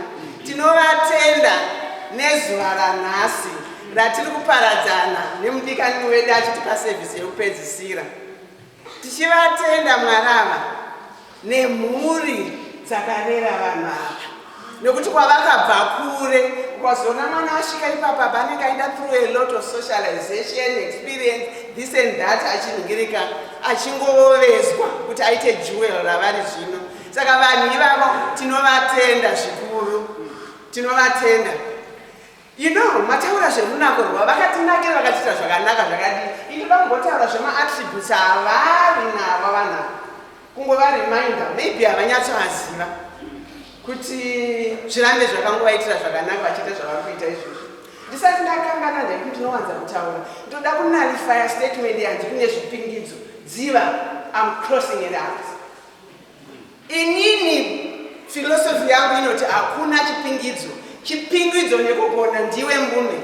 You determine and detect zvinoitika kuupenyu hwako naMwari wako muchiziyana muri tu. Nekuti kana mwana achigona ari wemadistinction ticha vakamuzvironda sei vangatorega kumupa 90% but 75% anowana unopasa chete.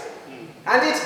Saka kana iwe ungori right, uri muright, uchingoita zvakanaka, exuding objectivity, love, embracing everything and just doing diligently what you're supposed to do. Hapana chinokoneka kunofambika. Saka you're okay already. Zvese zvakanaka. Ende zvakatorongeka kudhara nemunhu akakuendesa ikoko. Iye Mwari wenyu wamunoziva uyu. Inini vasikana nevakomana vari muno mbuya manyande vari kuti vana ava mukaona ndichitaura one totaura the other because we are inseparable. Munoona baba? This is what I've come to understand and acknowledge kuti vanaro zodzo. Vanaro. He's very passionate about ministry yavo. Saka iwayo ma-success factor anotyisa avanaro. Vane knowledge base inotyisa yechinhu chavakapikira. Ukaona chinosimudza munhu akaita seni kuti ndakuda kuita evangelism waitwa inspired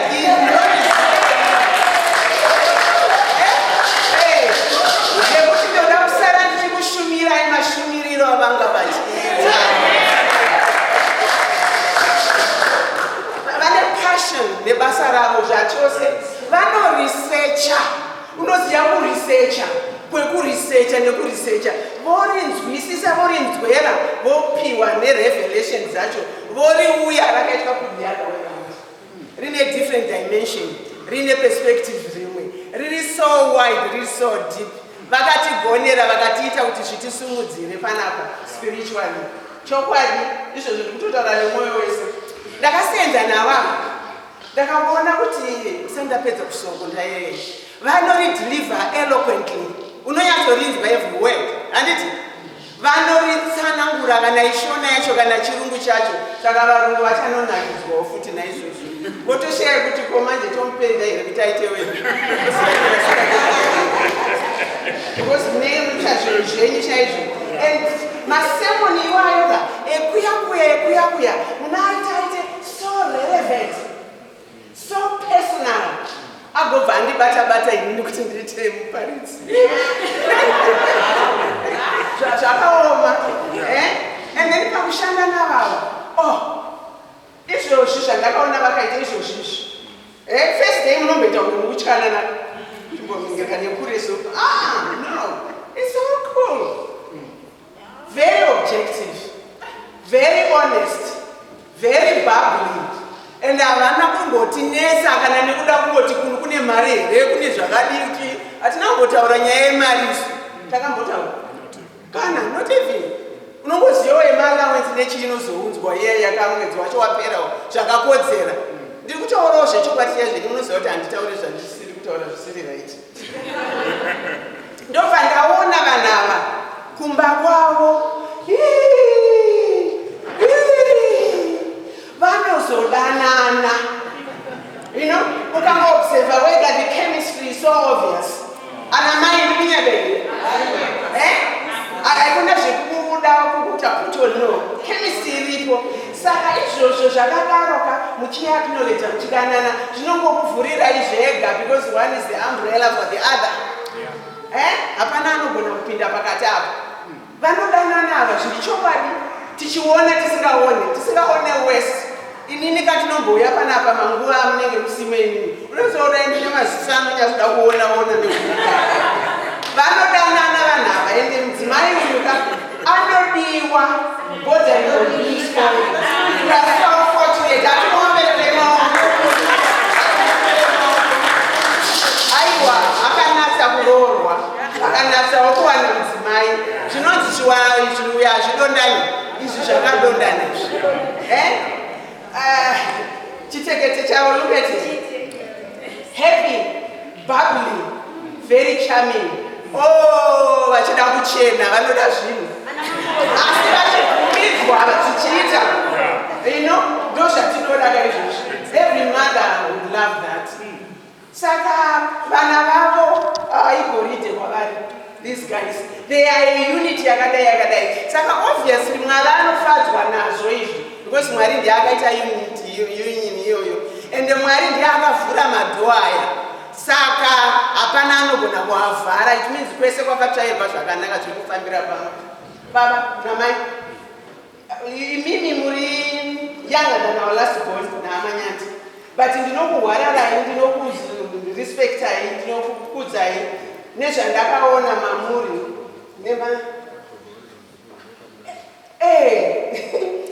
ndaiti nezuro ndakatarisa bvisa mask kuti vakakomborerwa zvavo madzimai anobva avazvara vana vanenge baba madate stamp.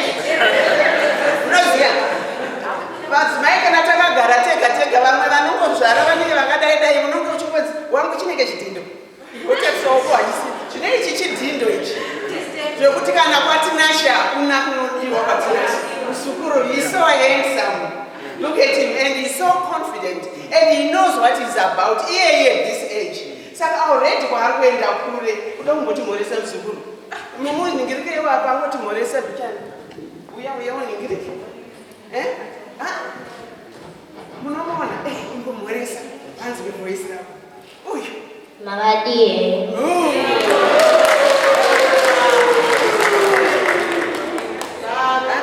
Mamuona vedu wenu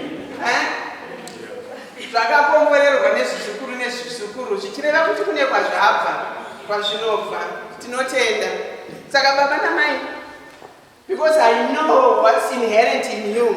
Vasikana navakomana nababa nanamai gainditaure kuti munhu wese ari muno wecompliment we very important. Pane chinhu chinonzi X factor. Vanhu ava kazva vakadai zvakadaizvi. Kana musina kukopa kana muine mazuva akopa ine kubvunza manoti nekudidi. Ndayekuti munhu nemunhu wese ane the X factor. There is something special about them and inherent in them. Chisingambotokopewa chausingachero kada kukopa mujei nemujei. Ane zvakanaka kuti uyu ndeuyu handiti. Saka vanhu ava vanayo X factor yavo. Tinongotenda Mwari for that. Totenda Mwari for masemoni enyu akatikurudzira, takaona zvichiitirwa zvakanaka.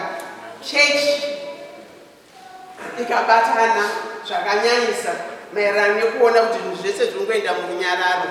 Handiti saka kwamuri kuenda uka, I know all is well. Wish you the best, and we know goodness and mercy shall follow you all the days of your lives. Kusvika masvika kuzouya kuita bishop kuno.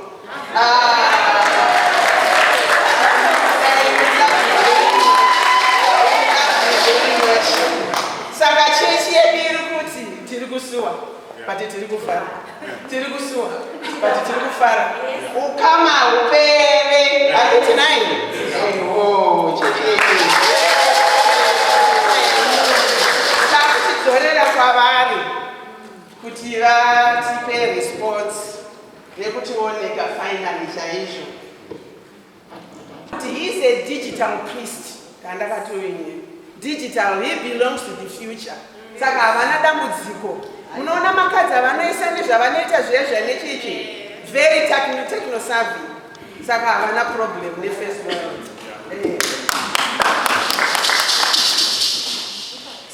Again, pamusoro imfundisi, pamusoro ima-subdeacons, pamusoro ima-church wardens. Pamusoro isangano raKristu, pamusoro mureba Gwende, ana sekuru, ana mai, pamusoro hama muna Kristu, rega ndikwaseme nemuzita raJesu nditi amen. Ndoda kungotenda Mwari nekuti ndiMwari. Ndoda kungotenda Mwari nenyasha dzawo. Chingotendawo Mwari nekuti ndakaziva kwekuroorwa.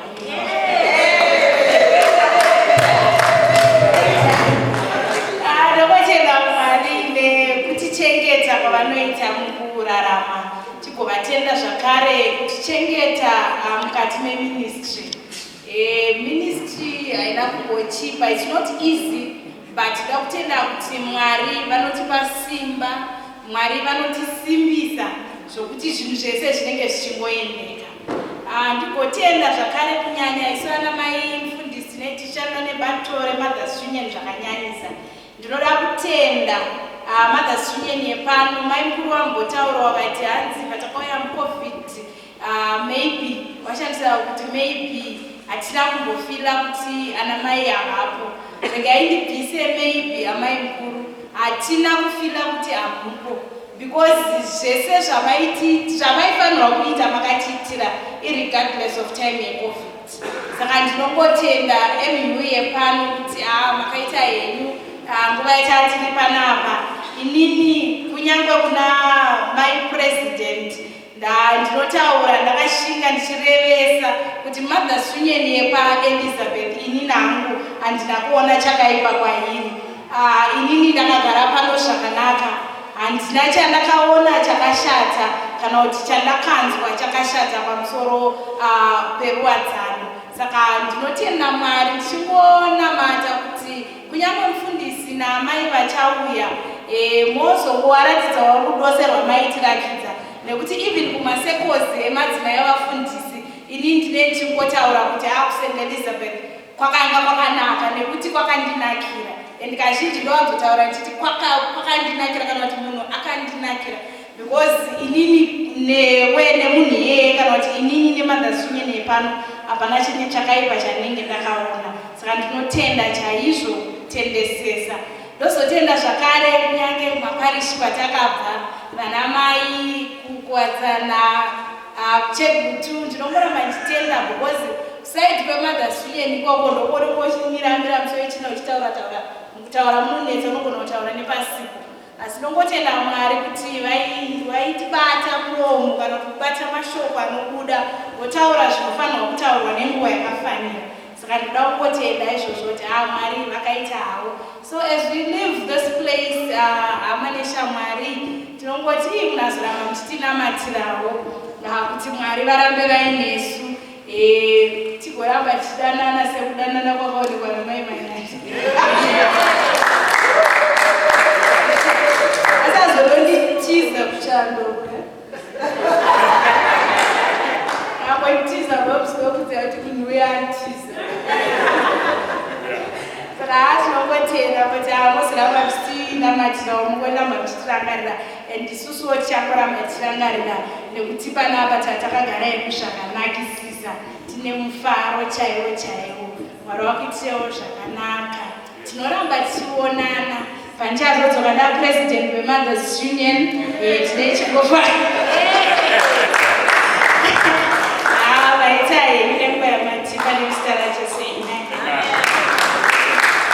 Thank you very much. Tunakutenda amai garaja kuti. Mufaro wangu wanikana kuti timire pano kuedza kudai kuda kuzvisibisa kuti ndisabva ndanyanya kuchema kuti it's a very painful time to part in as much as tirikutarisirawo kumberi, but toda kutenda Mwari nemukana uyu. Ndoda kutenda machechi wardens takashanda zvakanaka, vakatigashira nababa Manyawu nababa Nyamudeza. I want to thank you very much nebasa ravakaita tichiuya mukati menzvimbo ino. We were fully covered zvinhu zvichifamba, mukazosiyira chitsvambe kunana mai Manyandi vachibvawapinda, and what you see is what you get.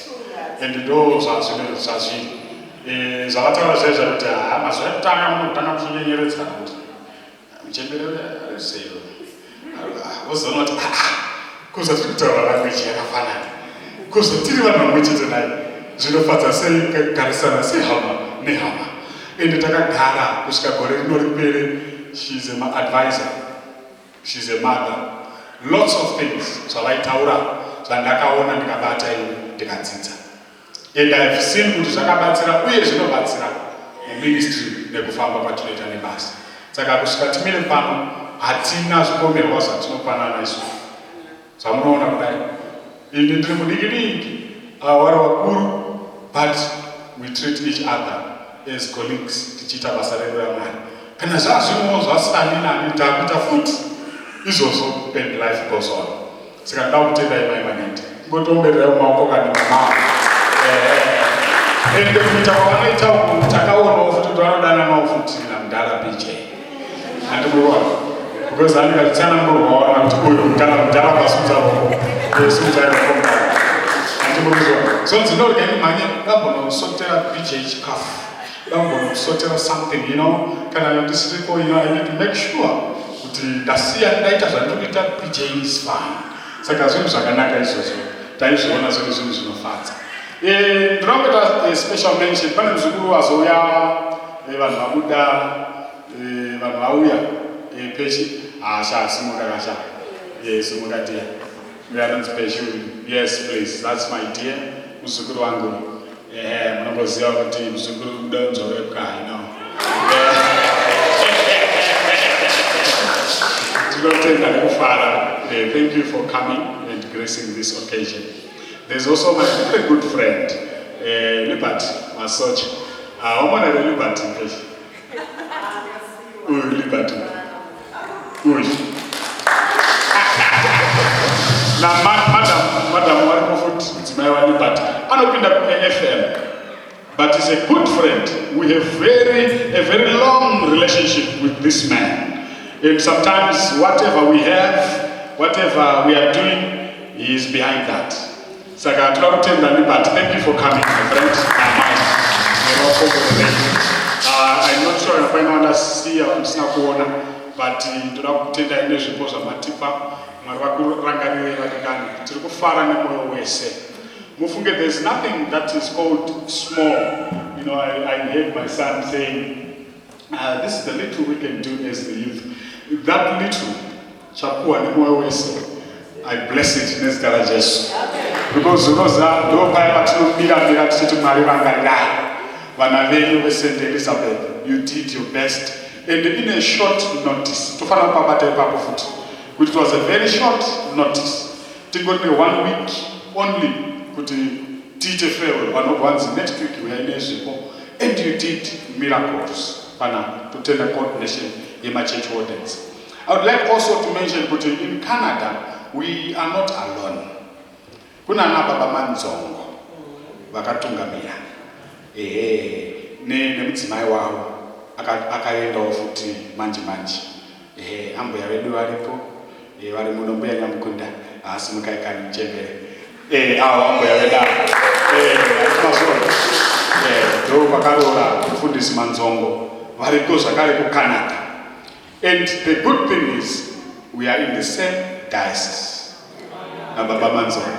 Saka tinenge titese mudiocese mechete tichagadzira kateritori kedu munzvimbo imomo, muchatinhira munzvimbo imomo nokuti tiri kuti wandei mudiocese asi Mwari ngaakudzwe inyasha dzedenga.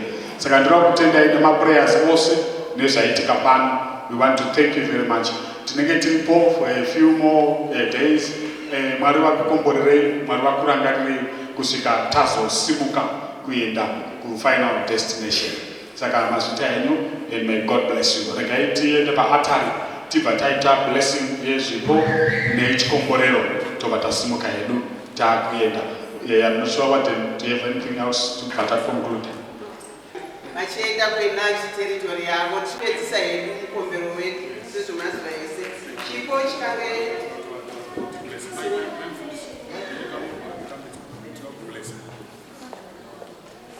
kune mukomana mumwe atibatsire kutora izvo.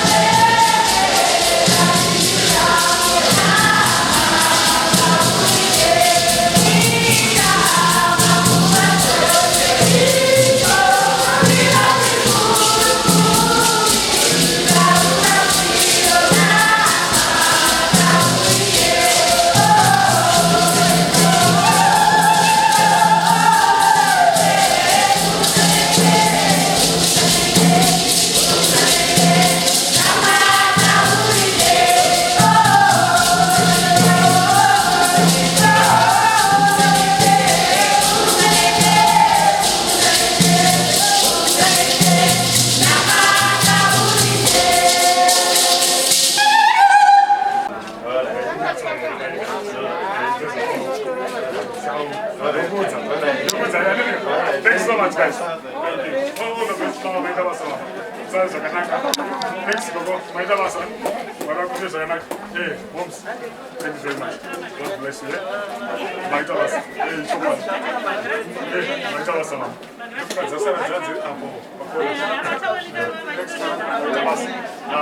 thanks so much. You are so much.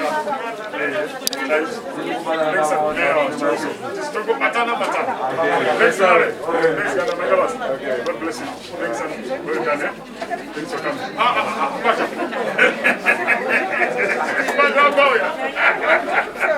Thank you so much. Cactus. It's kind of bad. Hey, thank you. Yes, man. Yeah, but my daughter. My ambassador. Thank you very much. Thank you. Hey, Dad. Hey, sorry for this one. Thanks so much. Thanks, son. Thank you. Thanks so much. Thanks. God bless you. God bless you, son. Thanks, guys. Staff, very good. Yes, right. Let's go. Good to you. Choice.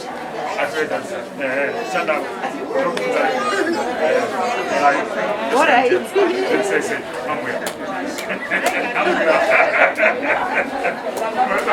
Thank you so much. God bless you. Direction.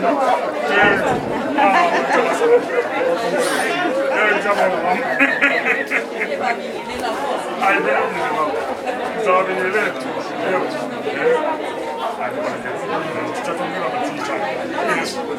Okay.